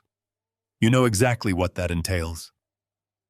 "I am fully aware of the current financial blockade," Monica replied smoothly, completely unfazed by the explicit threat of cartel violence. Taking a slow, measured sip of her drink, she continued. "Bradley is a weak, incompetent fool. He completely panicked when the banking portal rejected the transaction. He lacks the necessary nerve to handle a high-stakes operational failure. But you do not need to worry about the primary deadline. The situation with the old man is currently being neutralized.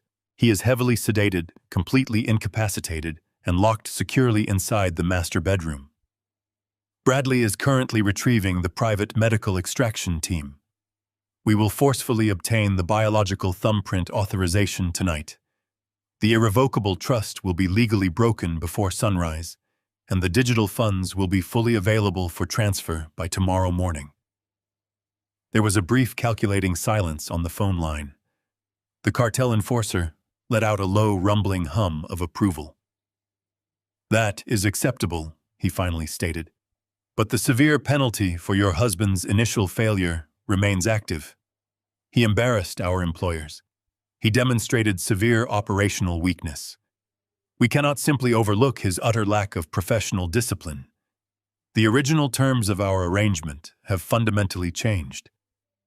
"I know," Monica replied, her voice remaining perfectly steady. "And I have anticipated this necessary adjustment.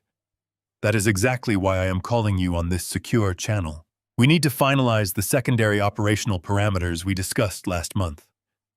I gripped the burner phone tightly, my knuckles turning white in the darkness. My mind raced, trying to comprehend the sheer scale of the deception unfolding in my kitchen. Monica had not just been an eager accomplice in Bradley's foolish scheme. She had been independently negotiating with the shadow syndicate behind his back. She had orchestrated a completely separate, highly classified arrangement with the very men who were threatening to murder them. "I am listening," the enforcer replied quietly. Monica set her glass down on the marble counter. "Bradley has become a massive, unpredictable liability," she stated coldly, speaking about her husband with the casual, detached indifference of a butcher examining a piece of meat. "His mounting paranoia and absolute cowardice are going to jeopardize the entire financial extraction. He is unstable, and I can no longer guarantee his absolute silence if the federal authorities begin to investigate the massive corporate transfer. He will undoubtedly confess to save his own skin, and he will eagerly drag both of us down with him. He has served his temporary purpose, but his continued existence is now a direct threat to our mutual success." "What exactly are you proposing?" the deep voice asked. I am proposing a permanent mutually beneficial solution, Monica said smoothly, without a single shred of hesitation or remorse. The biological authorization will be completely secured tonight. The heavy funds will be legally unspooled from the blind trust and fully transferred into the primary corporate accounts by tomorrow morning. I will personally ensure that your initial $15 million debt is wired directly to your offshore holding servers without any further delays. But I want you to execute the secondary phase immediately after the digital wire clears. I held my breath, feeling a freezing, profound chill radiate through my veins. The woman I had welcomed into my home, the woman I had trusted to care for my family, was calmly requesting a professional assassination. Monica leaned closer to her cellular device, her voice dropping into a harsh, venomous whisper. Bradley is failing. When the transfer clears tomorrow, take him out. Make it look like a suicide. I will inherit the rest as the grieving widow, and your cartel gets an extra $10 million. I realized my son was a fool, but my own daughter-in-law was a truly magnificent monster. I sat perfectly still on the edge of the mattress, the cold plastic of the burner phone pressed firmly against my ear. The magnitude of Monica's secret phone call echoed through the dark, quiet bedroom. She had seamlessly orchestrated an assassination plot against her own husband, negotiating his impending murder with the cold, calculating precision of a corporate merger. Bradley was entirely oblivious, desperately racing out into the night to gather the medical extraction team, completely unaware that his beloved wife had just effectively signed his death warrant. He believed he was fighting to secure a stolen fortune, but he was merely a temporary pawn in her elaborate, incredibly lethal game. My son was a tragic, pathetic fool, but the woman he married was a highly dangerous apex predator. I slowly lowered the phone, letting the crushing reality of the situation harden my resolve. There was no longer any room for paternal hesitation. The final shreds of my fatherly mercy evaporated into the dark, suffocating air of the master suite. It was time to completely turn the tables. I stood up and moved silently through the blacked-out room, my mind executing tactical preparations with absolute clarity. I carefully stripped the heavy quilt and silk sheets from the mattress, folding them meticulously to ensure the bed appeared completely, undeniably empty. I did not want them to simply glance inside. I needed them to walk fully inside, drawn deep into the trap by their own confusion. I moved to the master bathroom, leaving the door slightly ajar to create a deceptive shadow, and positioned myself perfectly behind the thick, solid wood of the primary entry doors. I checked the heavy brass locking mechanism, ensuring the deadbolt was perfectly aligned to slide effortlessly into the reinforced doorframe the moment I triggered the release. The hours dragged by with agonizing slowness. I stood in the absolute darkness, controlling my breathing, lowering my heart rate until my chest barely moved. The sprawling estate remained unsettlingly quiet, the silence broken only by the distant, rhythmic ticking of a grandfather clock in the downstairs hallway. As the glowing digital numbers on my wristwatch shifted to exactly 10 in the evening, the deep mechanical rumble of a heavy diesel engine broke the nighttime stillness. I shifted silently toward the large bay window, keeping my body completely hidden behind the thick velvet curtains, and peered down at the long, winding driveway. A large matte black van, crudely disguised with generic reflective medical cross decals, rolled slowly toward the main entrance of the house. It parked directly in front of the grand foyer, leaving the engine idling with a low, menacing growl. The rear doors of the vehicle swung violently open. Bradley stepped out first, his movements jerky and visibly trembling with nervous energy. He was closely followed by Dr. Gregory Pierce, who carried a sleek black medical bag, his face set in a tight, grim line of professional corruption. Behind the physician emerged two massive, broad-shouldered men. They wore pristine white medical orderly uniforms, but their rigid posture, thick necks, and cold, highly alert movements clearly betrayed their true occupation. These were the cartel enforcers Monica had promised, heavily armed men sent to ensure the massive financial debt was paid in full one way or another. They were merciless killers masquerading as healthcare workers stepping directly into my personal sanctuary. I watched as one of the massive thugs reached into the back of the dark van and casually slung a heavy, thick canvas straitjacket over his massive shoulder. The other enforcer carried a small, specialized metal lockbox, undoubtedly containing the powerful chemical sedatives and the specialized biometric ink pad they desperately needed to force my thumbprint onto the legal conservatorship documents. They marched up the stone pathway with heavy synchronized steps, their sheer physical presence radiating a deeply lethal intent. The silver clasps of the straitjacket clinked softly in the quiet night air, a sickening lullaby signaling the violent end they had planned for me. I retreated from the window and returned to my concealed position behind the heavy oak doors of the master suite. Downstairs, the front door opened with a muffled click. I pressed my ear against the cool wood, listening to the distinct sounds of their intrusion. The heavy, thudding footsteps of the cartel thugs echoed loudly against the marble floor of the foyer, completely abandoning any pretense of medical discretion. I heard Bradley nervously whispering frantic instructions, desperately begging them to keep their voices down. Dr. Pierce murmured something about preparing the heavy dose, immediately warning them that the chemical cocktail needed to be administered the absolute second they secured my limbs. They began their slow, ominous ascent up the grand, sweeping staircase. The wooden steps groaned in loud protest under the immense combined weight of the execution squad.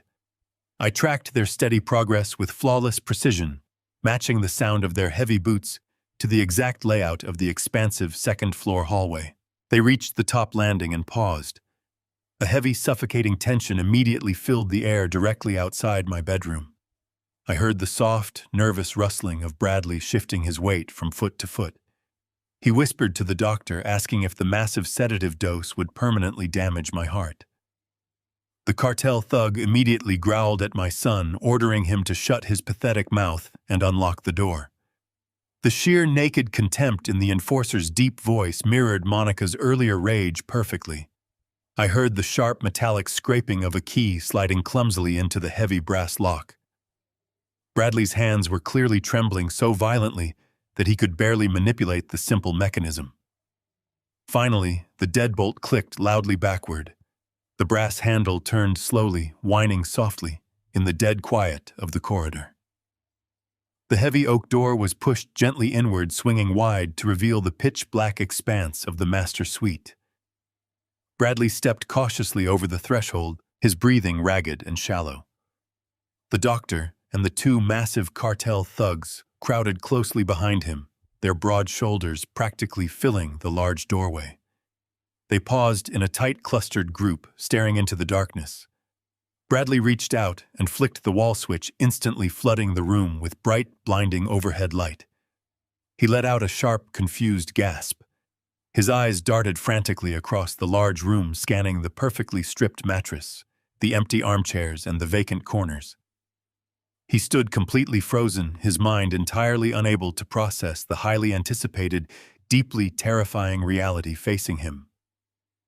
The meticulously planned extraction was ruined. The massive bed was now completely, utterly empty. Before his panicked brain could formulate a single word of warning, I stepped smoothly out from the deep shadows directly behind them. I grabbed the heavy brass handles of the massive double oak doors and pulled them toward me with every single ounce of my strength. The heavy wooden slabs slammed violently shut, striking the reinforced doorframe with the deafening explosive sound of a thunderclap. I instantly threw my full physical body weight forcefully against the thick wood and sharply twisted the solid brass interior deadbolt, securely locking them completely and irreversibly inside the inescapable trap of the master suite. The heavy oak doors of the master suite vibrated violently against their sturdy brass hinges as the trapped men inside began throwing their massive weight against the solid wood. Muffled shouts of confusion and sheer panic echoed from the confined space. Bradley screamed frantically, his high-pitched voice cracking with terror as he desperately realized they were completely trapped inside. I did not linger. I turned my back on their pathetic struggling and walked with perfect steady balance down the upper hallway toward my private, heavily secured personal study. The frail, broken old man they had so desperately wanted to exploit was entirely gone. I walked into the dark study and smoothly poured myself a generous measure of fine aged scotch into a heavy crystal glass. I grabbed the thick armrest of my favorite leather wingback chair and deliberately dragged the heavy piece of furniture out of the room, positioning it directly in the absolute center of the grand upper landing. The chair faced the violently shaking doors perfectly. I calmly sat down in the luxurious leather crossing my legs. I took a slow, deliberate sip of the smoky, burning liquid. The continuous heavy thudding against the oak doors grew significantly louder, followed by the sharp, splintering crack of stressed timber giving way. The highly trained cartel thugs were brutally efficient. With one final explosive kick, the thick brass deadbolt tore through the shattered wooden doorframe. The heavy doors burst violently outward, crashing loudly against the hallway walls. The four men stumbled out of the darkness of the master suite, their faces flushed with adrenaline. The exact moment their heavy boots touched the polished hardwood of the upper landing, I reached out and casually flipped the master wall switch. The crystal chandeliers lining the long hallway instantly flicked on, flooding the entire upper level of the sprawling estate with a brilliant, blinding golden light. The sudden illumination struck them like a physical blow. They froze in their tracks, shielding their sensitive eyes and completely freezing in absolute stunned silence. I sat before them holding my crystal glass, projecting the sharp, cold, and entirely merciless aura of the formidable chief executive they had foolishly tried to overthrow. I looked sharper and colder than I had in 20 long years. Bradley stumbled backward, blinking rapidly, utterly unable to process the terrifying image of his father sitting in the chair. He looked incredibly small wearing his expensive suit, but radiating the pathetic, frightened energy of a thoroughly beaten, completely cornered child. Dr. Gregory Pierce was the very first to break the heavy, suffocating silence. He desperately tried to salvage his corrupt clinical facade. He adjusted his wrinkled suit jacket, gripping the thick plastic barrel of a massive, chemically loaded syringe in his right hand. He took a slow, cautious step forward, offering me a tight, incredibly fake smile of professional medical concern. "Richard," he said, his voice smooth and deceptively calm, "you are experiencing a severe episode of cognitive disorientation. You need to return to your bed immediately. Please let me administer this mild sedative to help." I did not flinch. I did not move a single muscle in my face. I took another slow, deeply satisfying sip of my scotch, letting my cold, unblinking stare bore directly into the corrupt physician's soul. "Dr. Pierce," I replied, my voice echoing with profound, unwavering authority. "If you take one more step toward me with that stolen chemical weapon, I will ensure that you spend the remainder of your miserable, pathetic life rotting away in a maximum security federal penitentiary. Your fraudulent medical evaluations have already been secured and transmitted directly to my attorneys." The doctor immediately stopped walking, the fake smile sliding entirely off his face. The two massive cartel thugs shifted uneasily, exchanging uncertain, highly anxious glances. They had been strictly promised an easy, entirely smooth extraction of a helpless, brain-dead old man. They were absolutely not prepared to face a deeply entrenched, fully alert billionaire actively guarding his own fortress. The larger of the two enforcers glared fiercely at Bradley, his deep voice rumbling with violent irritation. "What exactly is going on here?" he demanded. "You specifically told our employers that your father was completely incapacitated tonight." Bradley finally found his voice, though it was weak, high-pitched, and trembling with sheer, unadulterated terror. "Dad," he stammered, stepping nervously behind the broad shoulder of the nearest cartel thug. "Please, you have to understand. I had no other choice. They are going to kill me. They froze the banking portal. I cannot access the funds. You have to sign the emergency conservatorship papers right now. You have to let the doctor take your thumbprint. If you do not give them the money tonight, They are going to murder me and Monica without hesitation. I stared at my sweating, trembling son with profound, bottomless disgust. I had spent my entire life building an impenetrable shield to protect my family from the harsh, unforgiving realities of the world, and this pathetic creature had eagerly traded that vital protection for a fleeting, superficial illusion of power. Bradley, I said, my tone utterly devoid of any lingering paternal warmth. The primary financial accounts are not simply frozen due to a standard administrative banking error. I personally initiated an irrevocable blind trust. Every single dollar you tried to steal is completely permanently gone.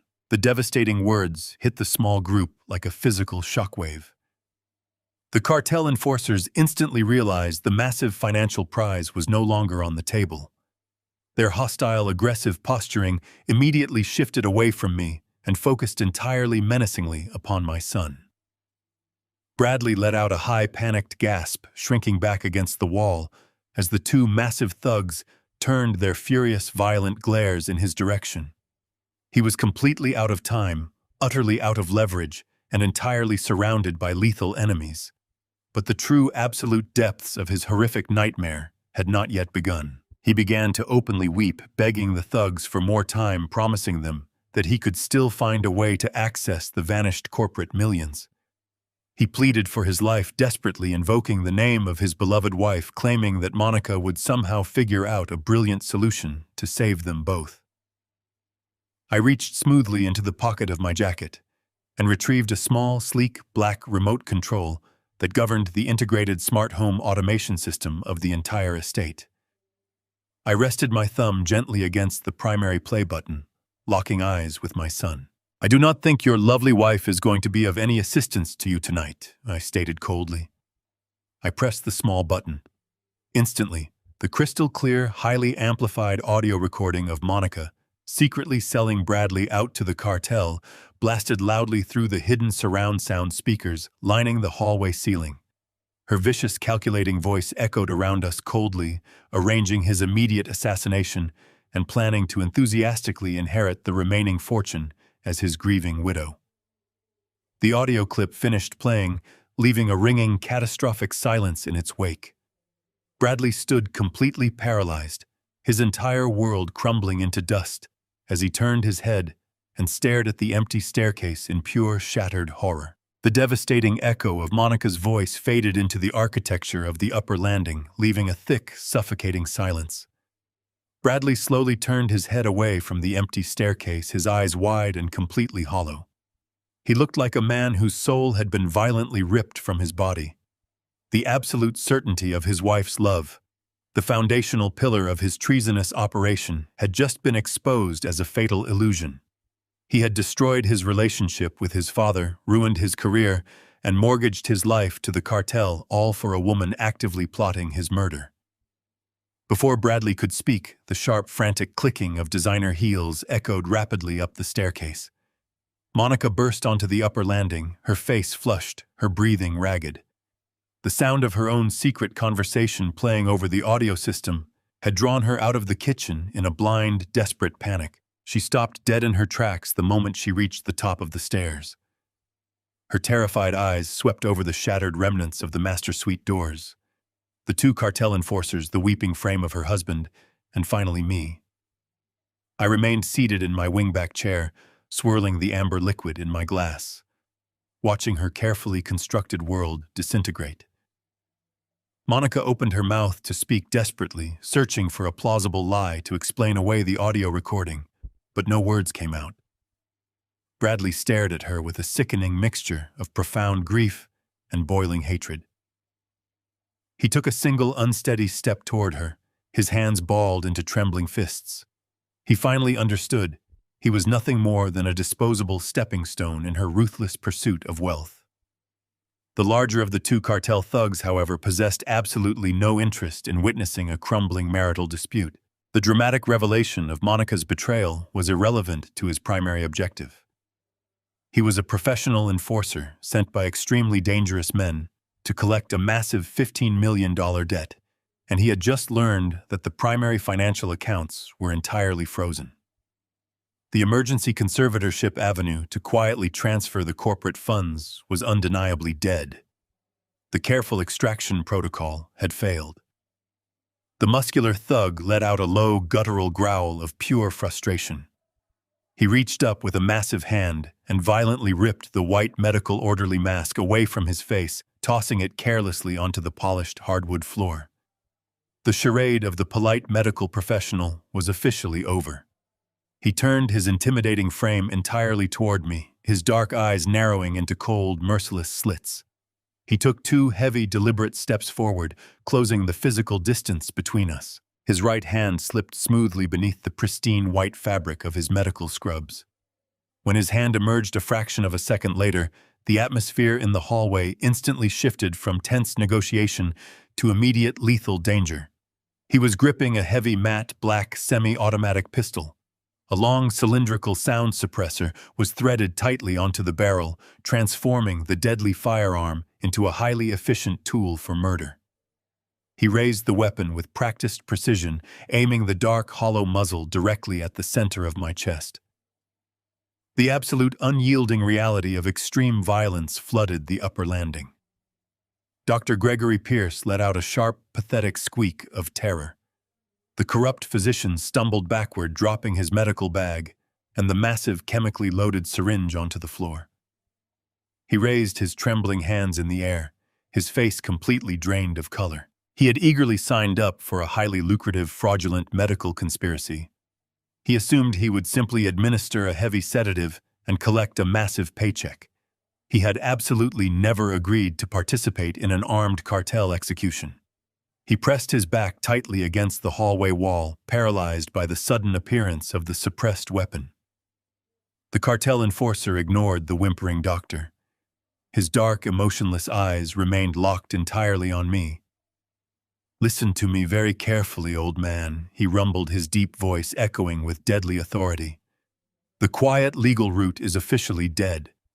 Your idiotic son and his treacherous wife have severely complicated our business, but our employers do not leave without their money. You will stand up, walk to your study, and open your wall safe. You will hand over every ounce of physical cash, every bearer bond, and every piece of jewelry. Then you will call your lawyers and physically authorize the reversal of the trust protocols." He stepped closer, the metal tip of the suppressor hovering less than 3 feet from my heart. "If you refuse," he continued, his tone devoid of empathy, "I will put a round directly through your right kneecap. If you still refuse, I will shoot your left kneecap. I will systematically disassemble your physical body until you give me the access codes. And when I am finished with you, I will execute your son, his wife, and the doctor, leaving this entire estate a bloody slaughterhouse." I sat perfectly still, maintaining my relaxed posture in the wingback chair. I did not break eye contact with the enforcer. I took one final slow sip of my fine scotch, feeling the warm, smoky liquid burn pleasantly down my throat. I lowered the glass. "You clearly do not understand the mechanics of an irrevocable blind trust," I replied, my voice steady, cold, and entirely unafraid.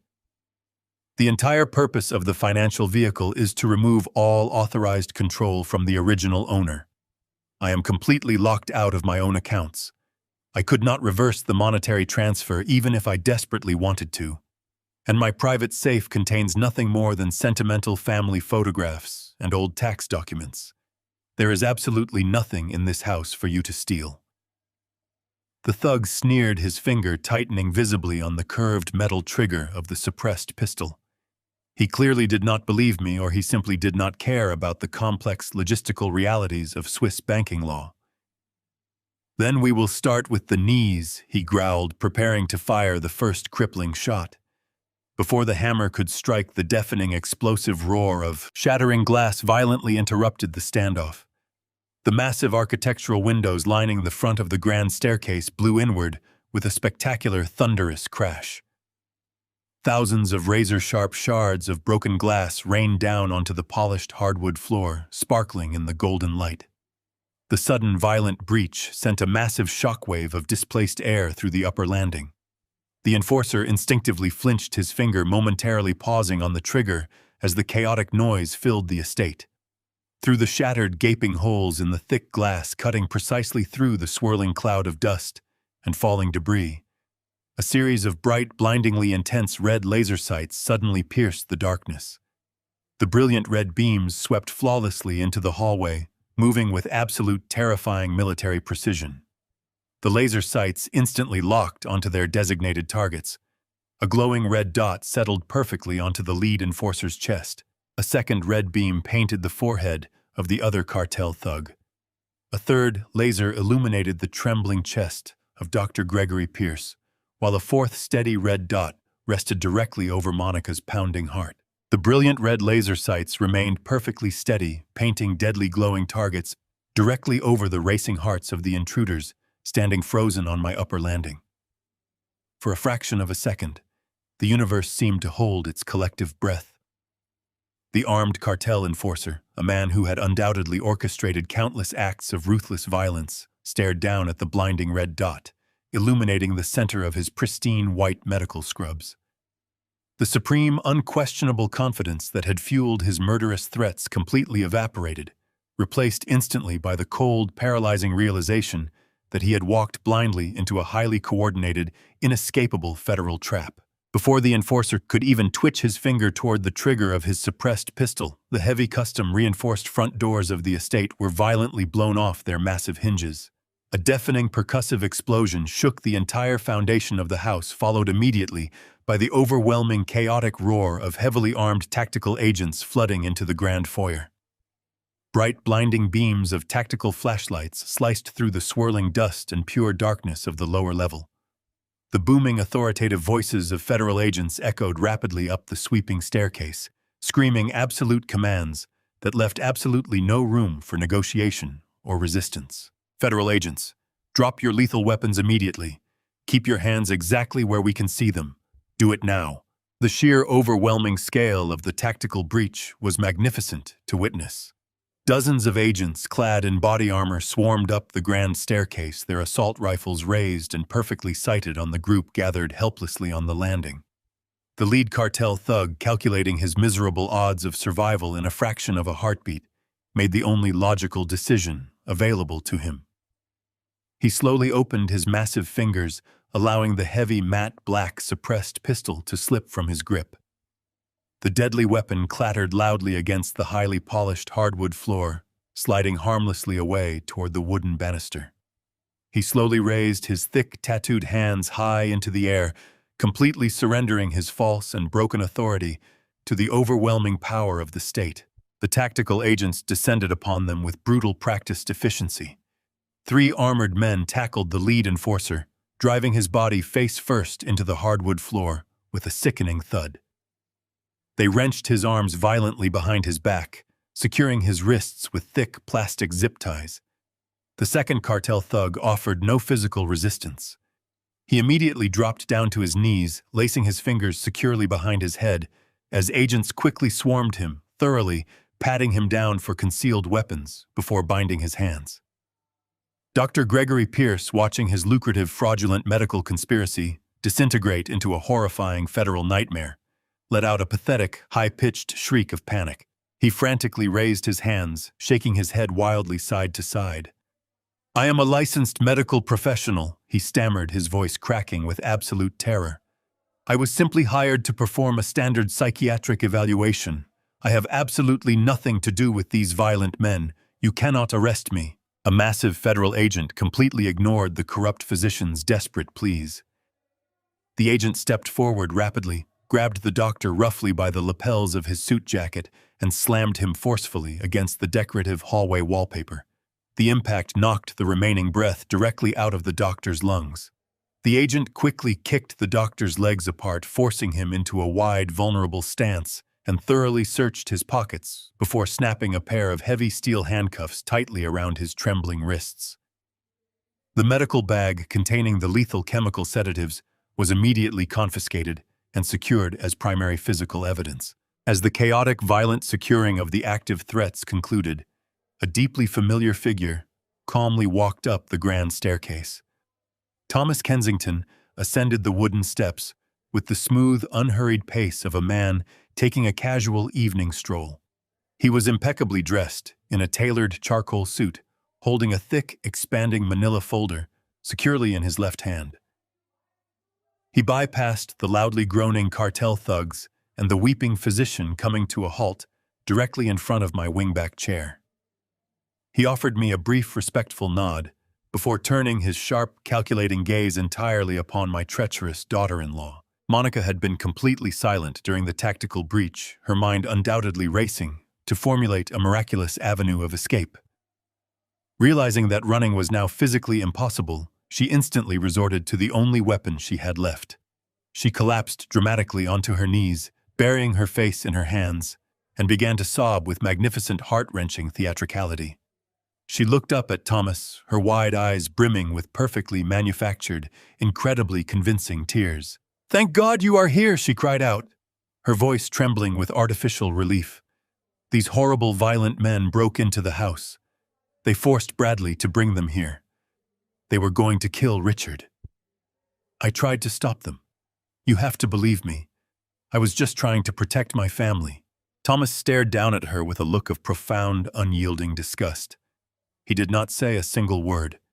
He simply unclasped the thick manila folder and pulled out a stack of legally bound documents. He held up the first page, displaying it clearly under the bright light of the crystal chandeliers.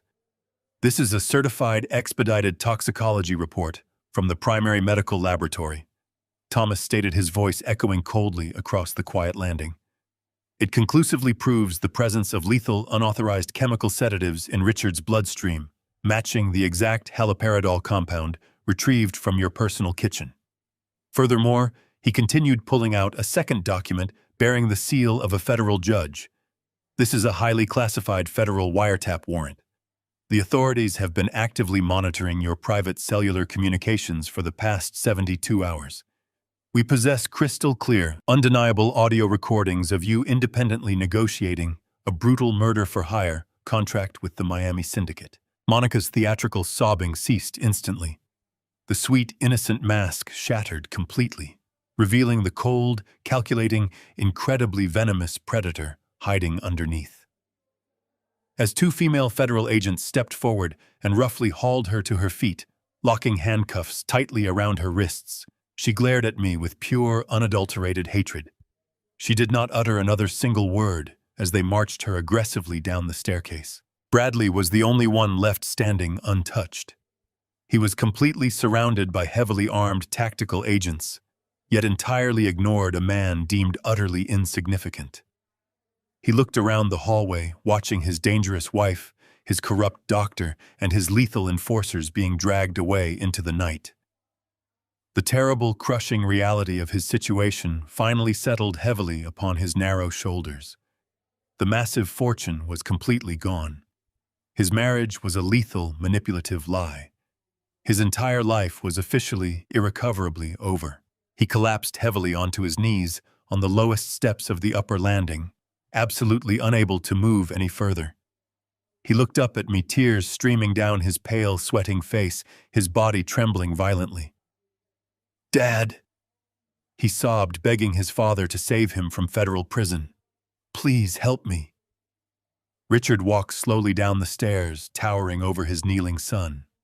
He looks down with absolute icy detachment. I took my first deliberate step down the grand staircase, moving with the measured grace of a monarch, surveying the smoking ruins of a conquered rebellion. The heavy, chaotic sounds of the tactical raid were receding, replaced by the sharp barks of federal agents processing the prisoners. Flashing red and blue lights from the armada of armored vehicles parked across my driveway cast long, erratic shadows through the violently shattered framework of the front windows. I descended another step, eyes locked onto the pathetic, trembling figure of the son I had raised. Bradley remained collapsed on his knees, his expensive designer suit covered in drywall dust and pulverized glass.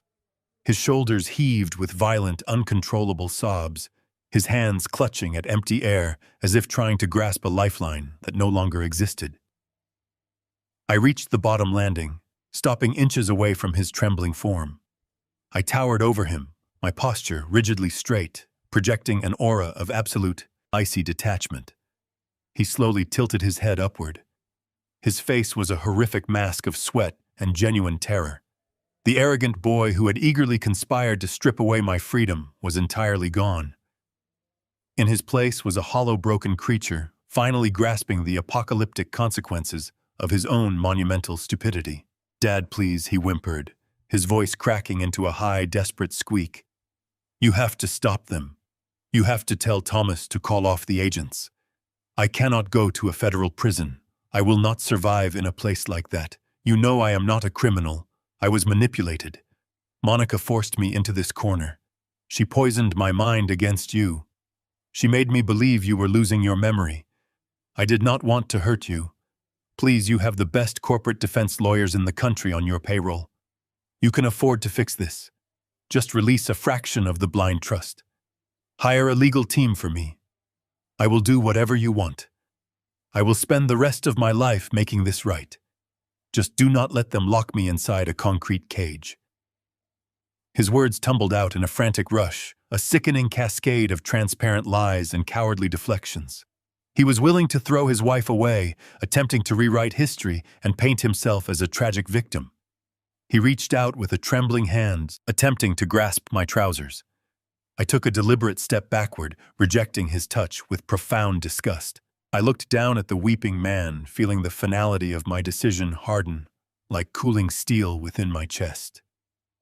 "You are fundamentally incapable of taking responsibility for your actions." "Bradley," I stated, my voice echoing with a cold authority that sliced effortlessly through his pathetic sobbing. "You stand here surrounded by heavily armed federal agents, and your first instinct is to beg me to purchase your salvation. You eagerly conspired with a fraudulent physician to poison my bloodstream.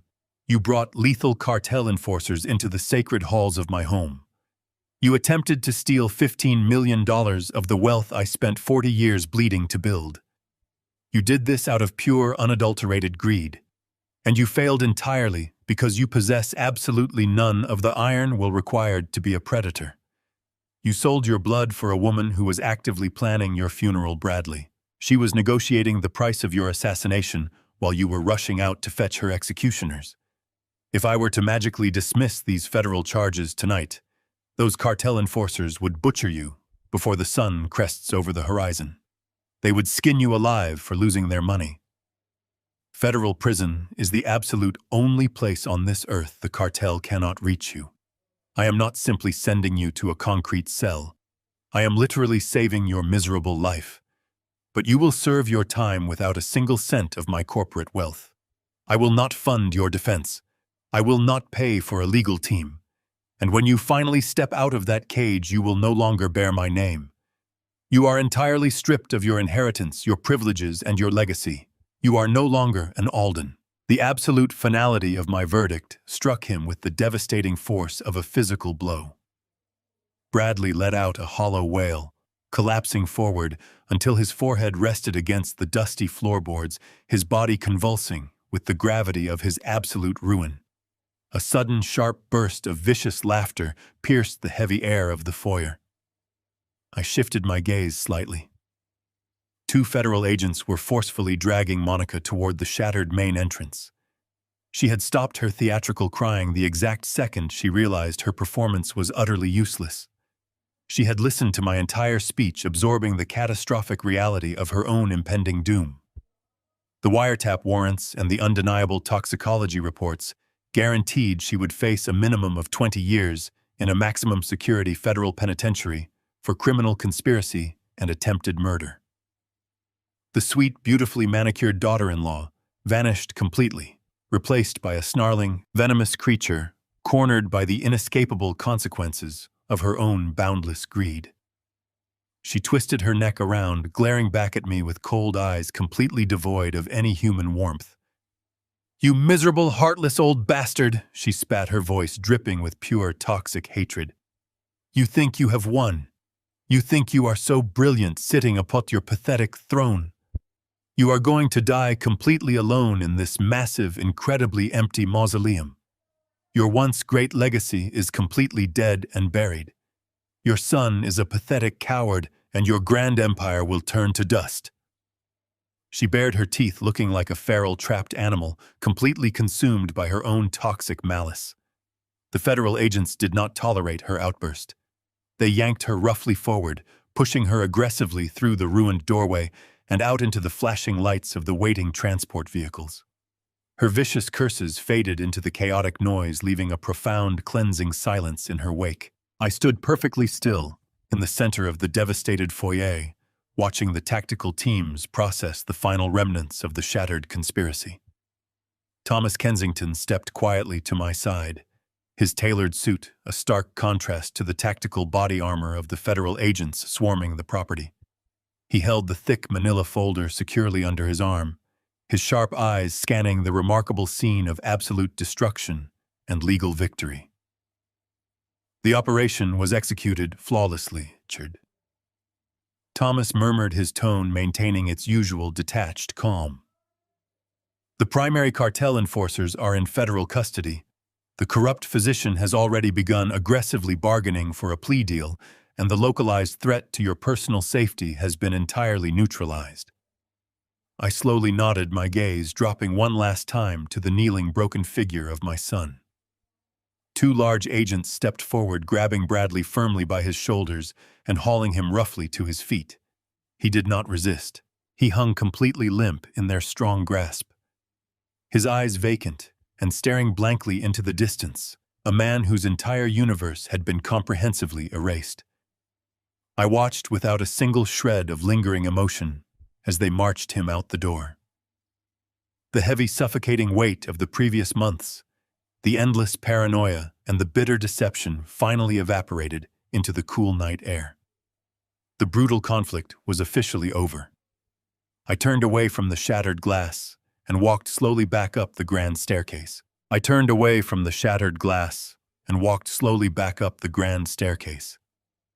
Exactly 1 month has passed since that chaotic night on of federal intervention. The massive shattered windows in the grand foyer have been entirely replaced with reinforced glass, and the heavy oak doors of the master suite completely rebuilt. The physical scars inflicted upon the estate have been meticulously erased, but the profound silence that now fills the sprawling house is the most significant change. It is a deeply peaceful, unburdened silence. I sit comfortably behind the polished mahogany desk in my private study, the bright morning sun streaming through the large bay windows, casting a warm golden glow across the room. The legal proceedings were swift and absolutely merciless. My corporate attorneys moved with surgical precision, executing a complete and irrevocable severing of all familial ties. Bradley is no longer a recognized member of our family. He has been completely stripped of his inheritance, entirely removed from every trust fund, and permanently banned from the corporate logistics empire I spent my life bleeding to build. I understand he is currently awaiting trial in a federal holding facility, relying entirely on a deeply overworked public defender. I do not monitor his daily progress. I do not send letters. I have completely excised the treacherous cancer from my life. The only individual who demonstrated unwavering loyalty during my manufactured decline was Rosa. I called her into my office yesterday afternoon. She stood nervously before my desk, her hands clasped together, perhaps fearing she was being dismissed. Instead, I handed her a thick, legally binding contract and a small velvet box. I officially promoted her to the prestigious position of General Estate Manager, permanently doubling her salary and granting her a massive immediate financial bonus for her steadfast dedication. Inside the velvet box was a set of pristine keys to a brand new luxury sedan waiting in the driveway. She wept, but these were tears of genuine gratitude, a stark contrast to the venomous sobbing I had witnessed from my former daughter-in-law. I leaned back in my heavy leather executive chair, taking a slow, deliberate sip from a porcelain cup of black coffee. It is a clean, pure cup of coffee. There is absolutely no trace of the chalky, bitter chemical sedatives that Monica had so ruthlessly slipped into my daily routine. The taste of uncompromised clarity is magnificent. I turn my attention back to the thick stack of corporate logistics contracts resting securely on my desk. The international supply chain empire is booming, completely untouched by Bradley's foolish, desperate attempts to siphon its lifeblood into the hands of a violent cartel. The stock valuations have surged over the past 4 weeks, solidifying our absolute dominance in the global market. I took a substantial emotional hit. A father should never have to watch his only son willingly march into the arms of predators out of pure greed. I had spent decades building an impenetrable fortress around him, shielding him from the brutal realities of the harsh world, only to realize he had eagerly invited the wolves inside. He mistook my quiet, aging demeanor for weakness. He mistook my paternal patience for cognitive decline. He fundamentally misunderstood the very nature of the man who created his luxurious reality. He assumed I was a relic ready to be discarded. But the empire remains standing vastly stronger than before. The treacherous elements have been entirely eradicated, swept away by the precise, overwhelming force of the federal government and my own uncompromising resolve. I am an old man, but my mind is razor-sharp, my vision is absolutely clear, and my iron grip on my legacy is firmer than it has ever been in my entire life. I survived the darkest betrayal a father could possibly face, and I emerged completely victorious. I am no longer looking over my shoulder. I am no longer playing the part of the broken, heavily sedated victim. The grand stage has been cleared of its worst actors. The wolves came for the old man, but they entirely forgot that he was the apex predator who built the entire forest. They came searching for an easy meal, but they found a man completely willing to burn his own bloodline to the ground to protect the empire he forged. The house is finally quiet, perfectly secure, and entirely under my own absolute control. My legacy will endure untouched by the greedy hands of those who thought they could simply take what they did not earn. I look out the window at the sprawling grounds, feeling a deep, resounding satisfaction settle into my bones. The storm has officially passed, leaving only strength in its wake. I am Richard Alden, and I will never be a victim again. Family is often portrayed as an unbreakable bond, but blood does not guarantee loyalty and age does not equate to weakness. The greatest mistake a predator can make is assuming that a quiet older man has lost his teeth. Greed blinds people to the very foundation of the empires they wish to steal. True power does not come from manipulation or deceit. It comes from decades of hard-earned wisdom, patience, and the ability to strike with absolute precision when the time is right. Trust your instincts, protect what you built, and never let anyone mistake your kindness for foolishness. If this story kept you on the edge of your seat, hit that like button to support the channel. Have you ever had to cut ties with toxic family members to protect your peace? Share your story in the comments below, and don't forget to subscribe for more thrilling content.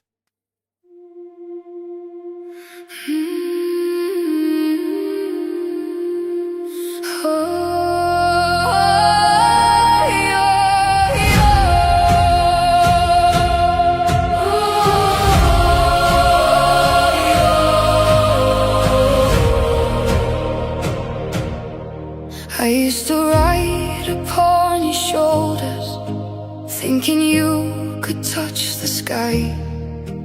Every road felt less uncertain when I saw the world through your eyes. You were stronger than the mountains, taller than the northern pines.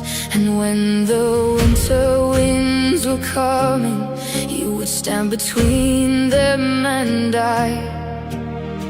Time kept moving like the river, years slipped slowly out to sea.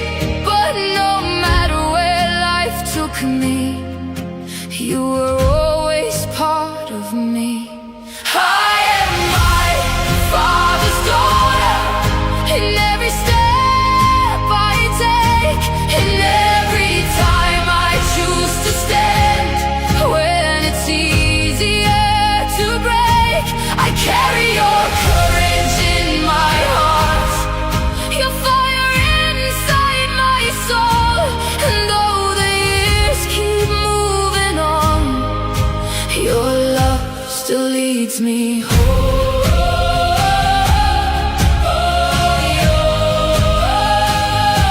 You taught me strength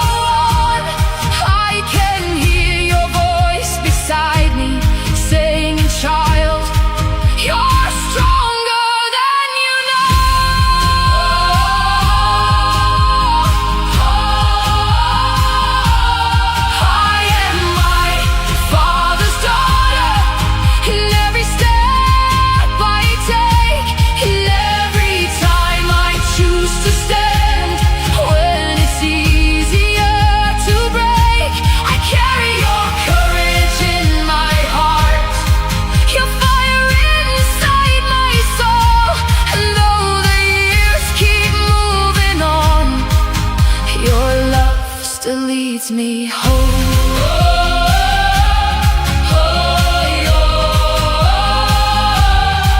One day the snow will cover footprints, one day the fire will burn low, but the things a father gives his daughter are the things that never go. Not the gold or not the stories, not the battles that he won, but the quiet way he loved her and the woman she becomes. I am my father's daughter, and I always will remain. Through every triumph, every